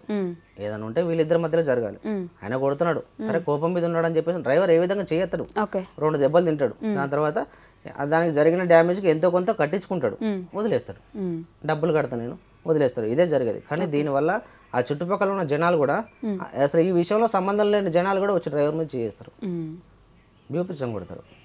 అది ఇవాళ జనాలు జరిగేది.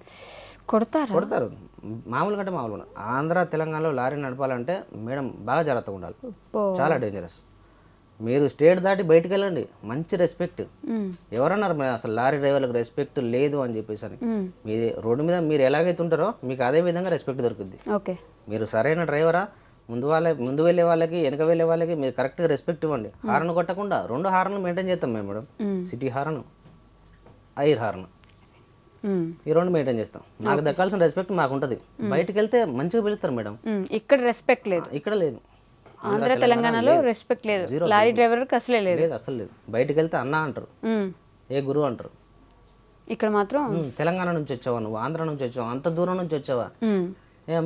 ఏదన్నా చదువుకున్న వాళ్ళు కూడా అరే వీళ్ళకి తెలియదు, డ్రైవర్లు చాలా దూరం నుంచి వచ్చారు, ఆంధ్ర వాళ్ళు తెలంగాణ వాళ్ళు దగ్గర నుంచి చెప్పాలి మనమే, ఇలా ఈ విధంగా రెస్పెక్ట్. ఆల్ ఓవర్ ఇండియా మ్యాప్లో మీకు ఒక ఇంత రాష్ట్రంలో ఒక దొంగ రాష్ట్రం అని చెప్పేసి పేరు ఎక్కడైనా విన్నారా మేడం? మొత్తం ఇండియా మ్యాప్లో ఈ రాష్ట్రం డేంజర్ అని చెప్పేసి ఎప్పుడన్నా? మేబీ మహారాష్ట్ర, బీహార్ అంటారు, బీహార్, ఉత్తరప్రదేశ్, అవి మన ఆంధ్ర తెలంగాణ చాలా బెటర్. ఒక డ్రైవర్ రెస్పెక్ట్ ఇవ్వాలంటే ఇంతకుముందు అనేవాళ్ళు, నేను పనిచేసినప్పుడు బీహార్ దొంగల రాజ్యం అని చెప్పి. ఉత్తరప్రదేశ్ అసలు డ్రైవర్ని వెళ్తే కొడతారు, చంపేస్తారు, పొడతారు, ఇలాంటి అసలు లేవు. ఇప్పుడు బాగా చూసుకుంటున్నారు. లారీ డ్రైవర్లు అనగానే ఇదొక అపోహ లేకపోతే నిజమో మీరే చెప్పాలి నాకు. రోడ్డు మీద నైట్ టైము వీళ్ళు ఉంటారు కదా, ఎవరు ట్రాన్స్జెండర్స్ నిలబడి ఉంటారు, వీళ్ళే తీసుకెళ్ళిపోతూ ఉంటారు ఎక్కువ మందిని అని బుక్ చేసుకుంటారు. ఇట్లా అంటే వాళ్ళ వృత్తి వాళ్ళది మేడం. ట్రాన్స్జెండర్స్ ఉంటారు, మామూలుగా ఇలాంటి వృత్తి చేసే వాళ్ళు వీళ్ళు ఉంటారు, అది వాళ్ళ వృత్తి. వాళ్ళ వృత్తి ఏంటంటే రోడ్డు మీద ఇలాంటి పనులు చేయడం. అంటే వాళ్ళకు రోజువారీ చెప్పాలనో లేదో తెలియదు కదా అని చెప్పేసి వాళ్ళ టార్గెట్ ఏంటంటే లారీ డ్రైవర్లే కాదు అన్ని రకాల జనాలు ఉంటారు రోడ్డు మీద వెళ్ళేవాళ్ళు. ఓకే, ఇప్పటికీ తగ్గిపోయి ఇంత ముందున్నట్టుగా లేరు వాళ్ళు. అట్లా. ఓకే, సర్లేండి. ఇందాక నుంచి మీరు మీ సతీమణి గురించి చెప్తా ఉన్నారు కదా, ఒకసారి పిలుద్దామా, జనాలందరికి చూపిద్దాం. సో ఇంతసేపు మీరు పక్క నుండి ఇంటర్వ్యూ చేశారు, ఆయన మీ గురించి తెగ పొగిడేశారు కదా, ఏమనుకుంటున్నారు మీ ఆయన గురించి? అంటే ఇంత కష్టపడి ఉంటారు, ఒక మాటలో ఏం చెప్పగలరు? ఆయన బెటరే, చాలా బెటర్. చాలా మంది లవ్ మ్యారేజ్ చేసుకొని కొట్టి తిట్టి వదిలేసి వెళ్ళిపోయిన వాళ్ళు కూడా ఉన్నారు. నాకైతే బెస్ట్ ఆప్షనే అనుకుంటున్నాను నేను. అయ్యోయ్యో, చేశాను చిన్న ఏజ్లో తెలియక తప్పులు చేశాను, కానీ రైట్ పర్సన్ని ఎంచుకున్నాను అని అనుకుంటున్నాను. లేదంటే ఆయనంతటా ఆయన కష్టపడి ఇంతవరకు తీసుకురావడం అంటే చిన్న విషయం కాదు. ఇవాళ పేరెంట్స్ సపోర్ట్ లేనిది ఏది లేనిది ఎవరు బతుకుతలేరు. అసలుకి మేము బతుకుతున్నాం. 10 years నుంచి మాకు 1 రూపీ కూడా ఎవరి దగ్గర నుంచి వచ్చింది లేదు. ఈ యాక్సిడెంట్ అయినాక మాకు హెల్ప్ చేసిన వాళ్ళు ఉన్నారు, వాళ్ళందరికీ మేము కృతజ్ఞతగా ఉంటాము. కానీ మాకు బయట నుంచి మా పేరెంట్స్ తరఫున వాళ్ళ పేరెంట్స్ తరఫున ఎవరి దగ్గర నుంచి ఏం రాలేదు. ఇన్ని సంవత్సరాల నుంచి నన్ను పిల్లల్ని ఏం ఇబ్బంది లేకుండా చూసుకున్నాడంటే ఆయన నేను రైట్ పర్సన్ అనుకుంటున్నా. తప్పులు చేసినాం కాదంటలేను, అవన్నిటికీ నేను ఇప్పుడు రిగ్రెట్ అవుతున్నా, కానీ దానికి ఏం చేయలేను. అదంతా ఆప్షన్ అయిపోయింది. ఇంకా ఇప్పటికైనా వాళ్ళు మాట్లాడాలనుకుంటున్నా కానీ ఇక అది వాళ్ళ ఇష్టం, వాళ్ళకి వదిలేస్తున్నాను అంతే. మిస్ అవుతున్నారా? ఇంకా మిస్ అవ్వకుండా ఎట్లుంటే పేరెంట్స్ని 10 years నుంచి నా డెలివరీ అప్పుడైనా సరే, నా పిల్లలు చిన్నగా ఉన్నప్పుడైనా సరే, నాకు బాగాలేనప్పుడైనా సరే అవుతాను, ఇంకా ఏడ్చుకుంటూ ఉంటాను అంతే. ఏం లేదు చేయాల్సిందని సైలెంట్గా ఉంటాను. నేను చేసిన తప్పుల వల్లనే కదా, నాకు కూడా వాళ్ళది కూడా బెస్టే అనిపిస్తుంది, వాళ్ళ డెసిషన్ కూడా. నేను తెలియక అన్నీ చేసిన వాళ్ళు కూడా వాళ్ళ కోపం చూపిస్తున్నారు, చూద్దాం ఎన్ని రోజులు ఉంటారో అని. ఇంకా నేనే సైలెంట్గా ఉంటున్నా. బట్ మీ ఆయన బాగా చూసుకుంటున్నారు? ఆయన బాగానే చూసుకుంటాడు. ఆయన బాగా చూసుకోకపోతే 10 years నుంచి ఎవరు సపోర్ట్ లేకుండా నేను ఉండలేకపోదును. చాలా మంది లవ్ మ్యారేజ్ చేసుకుని కొట్టి తిట్టి ఇంటికా నుంచి తీసుకురాపో అట్లా చెప్పి ఇంకా చాలా చేసేవాళ్ళు ఉన్నారు. కాదు, నన్ను మా ఇంటికాడ మా అమ్మ వాళ్ళు ఎట్లా చూసుకున్నారో ఆయన అంతకన్నా బాగా చూసుకుంటున్నాడు ఇప్పుడు. ఓకే, నైస్, థ్యాంక్ యూ అండి. మీ ప్రజెన్స్ ఫస్ట్ నుంచి ఉంటే బాగుండేది, బట్ వచ్చి అలా ఏడ్చేసారు, మీరు ఏడిపించినట్టు అవుతుంది నాకు. బట్ ధైర్యంగా ఉండండి, బాగా జరుగుతుంది అంతా. ఆయన ఉన్నాడుగా, చూసుకుంటున్నారు, మీరు ఆయనకు తోడున్నారు, చాలు. ఇంకా పిల్లలు ఉన్నారు, ఇప్పుడు ఇద్దరు పిల్లలు ఉన్నారు, అదే అనుకుంటున్నాను. ఇంకా వాళ్ళు కలిస్తే కలిసారు, లేకపోతే లేదు. ఇంకా మన లైఫ్ మనం లీడ్ చేయాలి కదా అని అనుకుంటున్నాను. ఇప్పుడు మీద ఒక ఫ్యామిలీ అంతే. ఫీల్డ్ ఎలా ఉంటుంది ఒకటి, అండ్ మీ తోటి డ్రైవర్స్కి మీ అదే ఇప్పుడు సంఘం అంటారో అసోసియేషన్ అంటారో వాళ్ళందరికీ ఏం చెప్పాలనుకుంటున్నారు? మీ ఫీల్డ్లో ఎలా ఉంటుంది అసలు? ఫీల్డ్ ప్రజెంట్ మేడం, ఇంతకుముందు లారీ ఫీల్డ్ అంటే చాలా మందిని సీనియర్ని అడిగితే ఒక వ్యసనం అంటారు. వ్యసనం ఒక వ్యసనం అంటారు లారీ ఫీల్డ్. అది ప్యాకాట ఇది ఒకటే సేమ్ అని చెప్పేసి అంటారు. ఓకే, ఇంతకుముందు నిజమే అది అట్లే ఉండేది. దానికంటే ముందు ఒక 3 బళ్ళు మెయింటైన్ చేసే ఓనర్కి పర్వాలేదు. ఒక బండి మెయింటైన్ ముందు ఒక నేను డ్రైవర్కి చేసినప్పుడు రోజుల నుంచి చెప్పుకుంటూ వస్తాను, అప్పుడు ఒక బండి మెయింటైన్ చేయాలంటే కష్టంగా ఉండేది. డ్రైవర్ని పెట్టుకుని డ్రైవర్కి ఇవ్వాలి, ఓనర్ క్లీనర్కి ఇవ్వాలి. కరెక్ట్. ఒక 3 బళ్ళు మెయింటైన్ చేస్తే పర్లేదు, కొద్ది రొటేషన్ అవుతుంది. 3 డ్రైవర్లను పెట్టుకోవచ్చు, 3 క్లీనర్ని పెట్టుకోవచ్చు, రూపాయి కనబడుద్ది. అలా ఉండేది. దీని తర్వాత అసలు డ్రైవర్ని పెట్టుకొని మెయింటైన్ చేసే ఓనర్కి ఏం మిగలదు, అయిపోతాడు అనే పేరు వచ్చేసింది ఖర్చులను పట్టుకొని. దాని తర్వాత ఏదన్నా సొంతోడికే బెటర్, సొంతంగా లారీ అతందే, అతనే డ్రైవరు, అతలే క్లీనర్, లెఫ్ట్ సైడ్ ఎవరిని ఉంచుకోడు. లోకల్ ఆంధ్ర తెలంగాణ తిరిగే వాళ్ళు ఉన్నారు, ఇదైతే ఈయనకైతే ఆయనకు మిగులుతాయి అని చెప్పేసి అని అలా పేరు ఉండేది. కానీ ప్రజెంట్ అలాంటి వాళ్ళకు కూడా లేదు ఇప్పుడు. ఓకే అనే పేరు వచ్చేసింది. ఆ ఫీల్డ్ అంతగా కిందికి వెళ్ళిపోయింది మరి ఘోరంగా. అయ్యో, ఎందుకలా? డీజిల్ రేట్ పెరిగిపోవడం ఒకటి, ఈ ట్యాక్స్లు. ఇంతకుముందు రోడ్ ట్యాక్స్ అనేది ఒకటి ఉండేది మేడం, దాని తర్వాత గ్రీన్ ట్యాక్స్ అనేది ఒకటి ఉండేది. గ్రీన్ ట్యాక్స్ ఒక 200 రూపాయల స్లిప్ ఒకటి ఉండేది మేడం, 200 రూపాయలు. ఇప్పుడు దగ్గర లారీ ఓనర్లు 20,000 కడుతున్నారు. 20,000 మామూలుగా రోడ్ ట్యాక్స్ అంటే జీవితాంతం మీ బండి ఆ రోడ్ల మీద తిరగడానికి తీసుకునేది రోడ్ ట్యాక్స్. అవును, కట్టేది. ఇప్పుడు టన్నేజ్ పెంచిన దగ్గర నుంచి ఆ ట్యాక్స్ కూడా పెంచేశారు. ఓకే, అదొకటి. ఈ గ్రీన్ ట్యాక్స్ తో ఇబ్బంది పడుతుంటారు ఫీల్డ్ ఒకటి. యాక్సిడెంట్లు అవుతాయని కూడా ఏమైనా తగ్గిపోతున్నాయి అంటారా ఇట్లా లారీ డ్రైవర్లు పెరగడం? అట్లా అవుతున్నాయి. అది ఏంటంటే యాక్సిడెంట్ అవుతూనే ఉంటాయి మేడం. ఎందుకంటే చాలా చోట్ల హైవేలు లేవు, కొద్దిగా నేషనల్ హైవే ఉంటే లారీ డ్రైవర్లకు ఇబ్బంది ఏం లేదు మేడం. మా దారి మాది, వాళ్ళ దారి వాళ్ళది. ఈ యాక్సిడెంట్ అవ్వడానికి కారణం ఏంటంటే ఇంత ఫీల్డ్ బాగున్నా దీంట్లో శత్రువు మన ప్రాణం తీసేవాడు ఎవడు అని చెప్పేసి అంటే మన తోటి వర్కరే, మన తోటి డ్రైవరే, మన పక్కన ఉండేవాడే మన ప్రాణం తీసేది. అంటే నా పక్కన ఉండేవాడు కాదు మేడం, నా ఎదురుగా లారీ చేసుకుని వచ్చేవాడు, అతనే మన ప్రాణం తీసేది. ఒక ఇంపాక్ట్ ఎట్లుంటుంది అంటే మేడం, రీసెంట్గా అవుటర్ రింగ్ మీద ఒక ఏది కానీ నేను బండి అమ్మిన తర్వాత ఖాళీ ఉంటాను, ఏదో ఒక బండికి డ్యూటీకి వెళ్తూనే ఉంటాను. నాకు నా మిషన్ క్లీనర్ పని చేయడానికి కూడా నేను సిద్ధమే నాకు, ఎందుకంటే నేను అయినా చేసే వచ్చా. ఏ ఖాళీ ఉంటా, లోకల్ డ్రైవర్ పని కూడా చేస్తాను నేను. అలాంటి పనులు కూడా చేసి హైదరాబాద్కి ఒక డ్యూటీ వచ్చింది. హైదరాబాద్కి వెళ్తున్నా. అవుటర్ రింగ్ మీద ఒక పెద్ద ప్రమాదం. షార్ట్ వీడియో ఒకటి తీసుకున్నా. దాని వీడియో కూడా కొద్దిగా బ్యాడ్ కామెంట్స్ వచ్చినాయి, ఎందుకు వీడియో తీసినావు అని చెప్పేసి. ఎందుకంటే అక్కడ ఇంపాక్ట్ ఎట్లుంది మేడం, ఒక 2 బళ్ళు 14 డేలో 16 డేలో 2 బళ్ళు వెళ్తున్నాయి తెల్లవారుజామున 4:30 ప్రాంతంలో. ఈ మంచు చూసుకోకుండా ఎనుకున్న బండి ముందున్న బండి గుద్దేశాడు. ఇట్లా స్టీరింగ్ అతుకుపోయింది, దగ్గర క్యాబిన్ అతుకుపోయింది. ఈ మధ్యలో ఒక 5 నిమిషాలు వెనక్కి వెళ్తే ఇక్కడ వీళ్ళిద్దరు జరిగింది ఎట్లుంటుంది తెలుసా మేడం, అవుటర్ రింగ్ హైవే 4:30 ప్రాంతం మొత్తం సైలెంట్, బిల్కుల్ జీరో, అసలు ఏం సౌండ్ లేకుండా బాగుంటుంది. ఈ ఒక ఇంపాక్ట్ అనేది ఎట్లుంటుంది అంటే దగ్గర ఉంటే ఒక పెద్ద బాంబు వెళ్ళినంత శబ్దం, అద్దాల సౌండ్తో గులుపుకొని ఈ రేడియేటర్లో వచ్చిన ఆ వాటర్ అది ఒక రకమైన స్మెల్తో వచ్చేది. ఆ దాంతో గడుపుకొని ఒక పెద్ద ఇంపాక్ట్, పెద్ద బీభత్సమైన సౌండ్ వచ్చింది. చూస్తే 1 కిలోమీటర్ దాకా ఉంటుంది ఆ సౌండ్. 1 నిమిషం దాకా ఏం అర్థం కాదు, స్టీరింగ్ మీద ఎవరైతే కూర్చున్నారో ఆయనకి ఏం అర్థం కాదు. ఆ సౌండ్ కూడా ఆయనకు మూత ఏం అనిపించేది, చెవులు చిల్లు పడేలాగా అనిపించింది ఆయనకి. ఇంత సౌండ్ వచ్చింది ఏంది అని చెప్పేసి. యాక్సిడెంట్ అయిందా ఏంది అని అతనికి కూడా తెలియదు. ఒక 5 నిమిషాల తర్వాత చూసుకుంటే ఆ కాలు కట్ అయిపోవడం, అది కూడా మెలకుగా ఉంటే డ్రైవర్ ఆయనకు అప్పటికి అర్థం కాదు, ఈ కాలు కట్ అయిపోవడం, లేకపోతే ఈ స్టీరింగ్ ఈ పొట్టలో గుచ్చుకుపోవడం, ఏదో ఒకటి, లేకపోతే నోట్లోంచి రక్తం రావడం, ఏదో ఒకటి ఆయనకు అప్పుడు అర్థమైపోతూ ఉంటుంది. ఇట్లుంటుంది ఒక ఇంపాక్ట్, మరీ ఘోరంగా బీభత్సంగా. ఆ రోజు నేను ఒక యాక్సిడెంట్ చూసిన అవుటర్ రింగ్ పైన డ్రైవర్ని, నా కాలు ఇరిగిపోయి ఉన్నది. అంటే ఇరిగిపోయి అంటే నాకు దెబ్బ తగిలి అప్పుడప్పుడే నేను ఫీల్డ్లోకి వస్తున్నా, చిన్న ఎక్కడం దిగడం, లెఫ్ట్ సైడ్ క్లీనర్ పెట్టుకుని ఎక్కడం దిగడం చేస్తున్నా. ఆ స్టేజ్లో డ్యూటీకి వచ్చేసిన, పైగా పైకి ఎక్కలేను సరిగా, డ్రైవింగ్ వరకు చేయగలను. అలాంటి పొజిషన్లో వెళ్తుంటే ఆ యాక్సిడెంట్ కలరా చూసి ఆ డ్రైవర్ దగ్గరికి వెళ్ళిన, ప్రాణాలతోటే ఉన్నాడు, బాగానే ఉన్నాడు. వెళ్ళగానే మేడం నన్ను ఇట్లా పట్టుకున్నాడు వచ్చేసి. లోకల్ ఆయన అనుకుంటా, హైదరాబాద్ లాంగ్వేజ్ మాట్లాడుతున్నాడు. వస్తుండు పోతుండు వస్తుంది అని చెప్పేసి, ఎందుకంటే అక్కడిక్కడ తేడా చూస్తాం కదా మేడం. వస్తుంటే అన్న నన్ను బయటికి తీసుకొచ్చి బయటికి అని చెప్పేసి. అబ్బాయి ఏడుపు వచ్చింది మేడం ఆయన చూస్తే బీభత్సంగా. ఎలా వచ్చేది, ఆయన ఇరుక్కుపోయి ఉన్నాడు, లోపల ఇరుక్కుపోయి ఉన్నాడు, ఎక్కడెక్కడ ఇరుక్కుపోయిందో కూడా కనబడతలేదు. క్యాబినెట్ దగ్గరకు వచ్చేసింది, రేడియేటర్లో వచ్చే స్మెల్ కంపు వాసన కొడుతుంది. ఆ రేడియేటర్లో వాటర్ అది అంతా మొత్తం పొగ, స్మోకు. చూస్తే ఇంజన్లోంచి వచ్చే పొగనా లేకపోతే ఇదంతా ఇంజన్ మాడి హీట్ అయిపోయి ఉంటుంది కదా. ఈ వాటర్ దెబ్బ తగలగానే రేడియేటర్ వాటర్ ముందు ఇంజన్ మీదనే పడుతుంది, దానివల్ల ఫైర్ అయిపోయే అవకాశం కూడా ఉంటుంది. అదృష్టం బాగుంటే ఫైర్ అవ్వాల.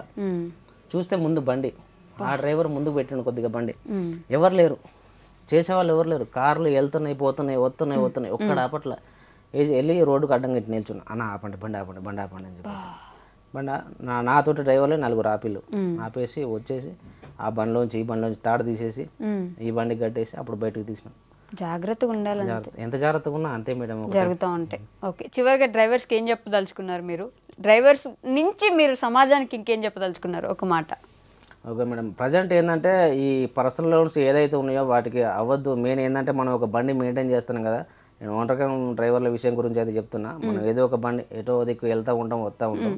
ఈ పర్సనల్ లోన్స్ బాగా ఇబ్బంది పెట్టడం కాదు, ఒక డ్రైవర్ అప్పుల పాలవటం, కిందికి వెళ్ళిపోవడం. నేను ఓనర్కం డ్రైవర్ కూడా ఏం లేదు అని చెప్పేసి అంటున్నాను మేడం. ఒక డ్రైవర్ వెళ్ళొచ్చిన తర్వాత ఇన్సూరెన్స్ కట్టుకోవాలి. ఇప్పుడు వెళ్ళొచ్చిన తర్వాత ఈ ట్రిప్ టైర్లు వేసుకోవాలి. మనకు ట్రిప్ డబ్బులు ఏం సరిపో, అవి మీకు కూడా తెలుసు నాకు తెలుసు. ట్రిప్ డబ్బులు దీనికన్నా ఉంటుంది దానికన్నా ఉంటుంది, కానీ ఆ వచ్చిన డబ్బులు అప్పుడు మనకు ఆలోచన పడుతుంది. పర్సనల్ లోన్ వాడే 1 లక్ష ఇస్తాడు, 2 లక్షలు ఇస్తాను అని చెప్పేసి ఫోన్లోకి ఇట్లా 2 నిమిషాలు ఇలా నొక్కితే 2 లక్షలు అకౌంట్లో పడుతున్నాయి. అది తీసుకుంటే బాగుంటుంది, కానీ కట్టేటప్పుడు మాత్రం బీభత్సంగా ఇబ్బంది అయిపోతుంది. ఇవాళ 1 అయిపోతుంది, రేపు 2 అయిపోతుంది, రేపు 3 ఈఎంఐలు అయిపోతాయి. నెలకు 3 ట్రిప్పులు 3 వేసుకుంటాం, 3,50,000 1,50,000 అని చెప్పి మనం ఎస్టిమేషన్ వేసుకుంటాం. ఈ 3 ఈఎంఐలు 3 12 అయి ఉంటాయి, లేకపోతే 3 15 అయి ఉంటాయి. 3 15 అంటే ఇవే దగ్గర 45,000 ప్లస్ మన బండి ఫైనాన్స్ ఒక 50,000, 95,000 ఎలా తీసుకుంటాం. సీజన్ గట్టిగా సంవత్సరం అని ఇవాళ 3 నెలలు మాత్రమే. ఈ 3 నెలలు వెళ్ళిపోద్ది, దాని తర్వాత 9 నెలలు చుక్కలు కనబడుతాయి. ఒక ఓన్ రకం డ్రైవర్ కిందికి వెళ్ళిపోవడానికి కారణం మెయిన్ ఇదే. జీవితంలో లారీ కొనలేడు, ఇక అసలు ఆ ఫీల్డ్కే ముట్టుకోలేడు ప్రజెంట్ ఫీల్డ్ సిచ్యువేషన్. దీని తర్వాత ఖర్చులు అంటే ఖర్చులు, ఆర్టీఓ ఖర్చులు మరీ ఘోరంగా ఉన్నాయి రోడ్ల మీద, పోలీస్ బీసులు మరీ ఘోరంగా ఉన్నాయి.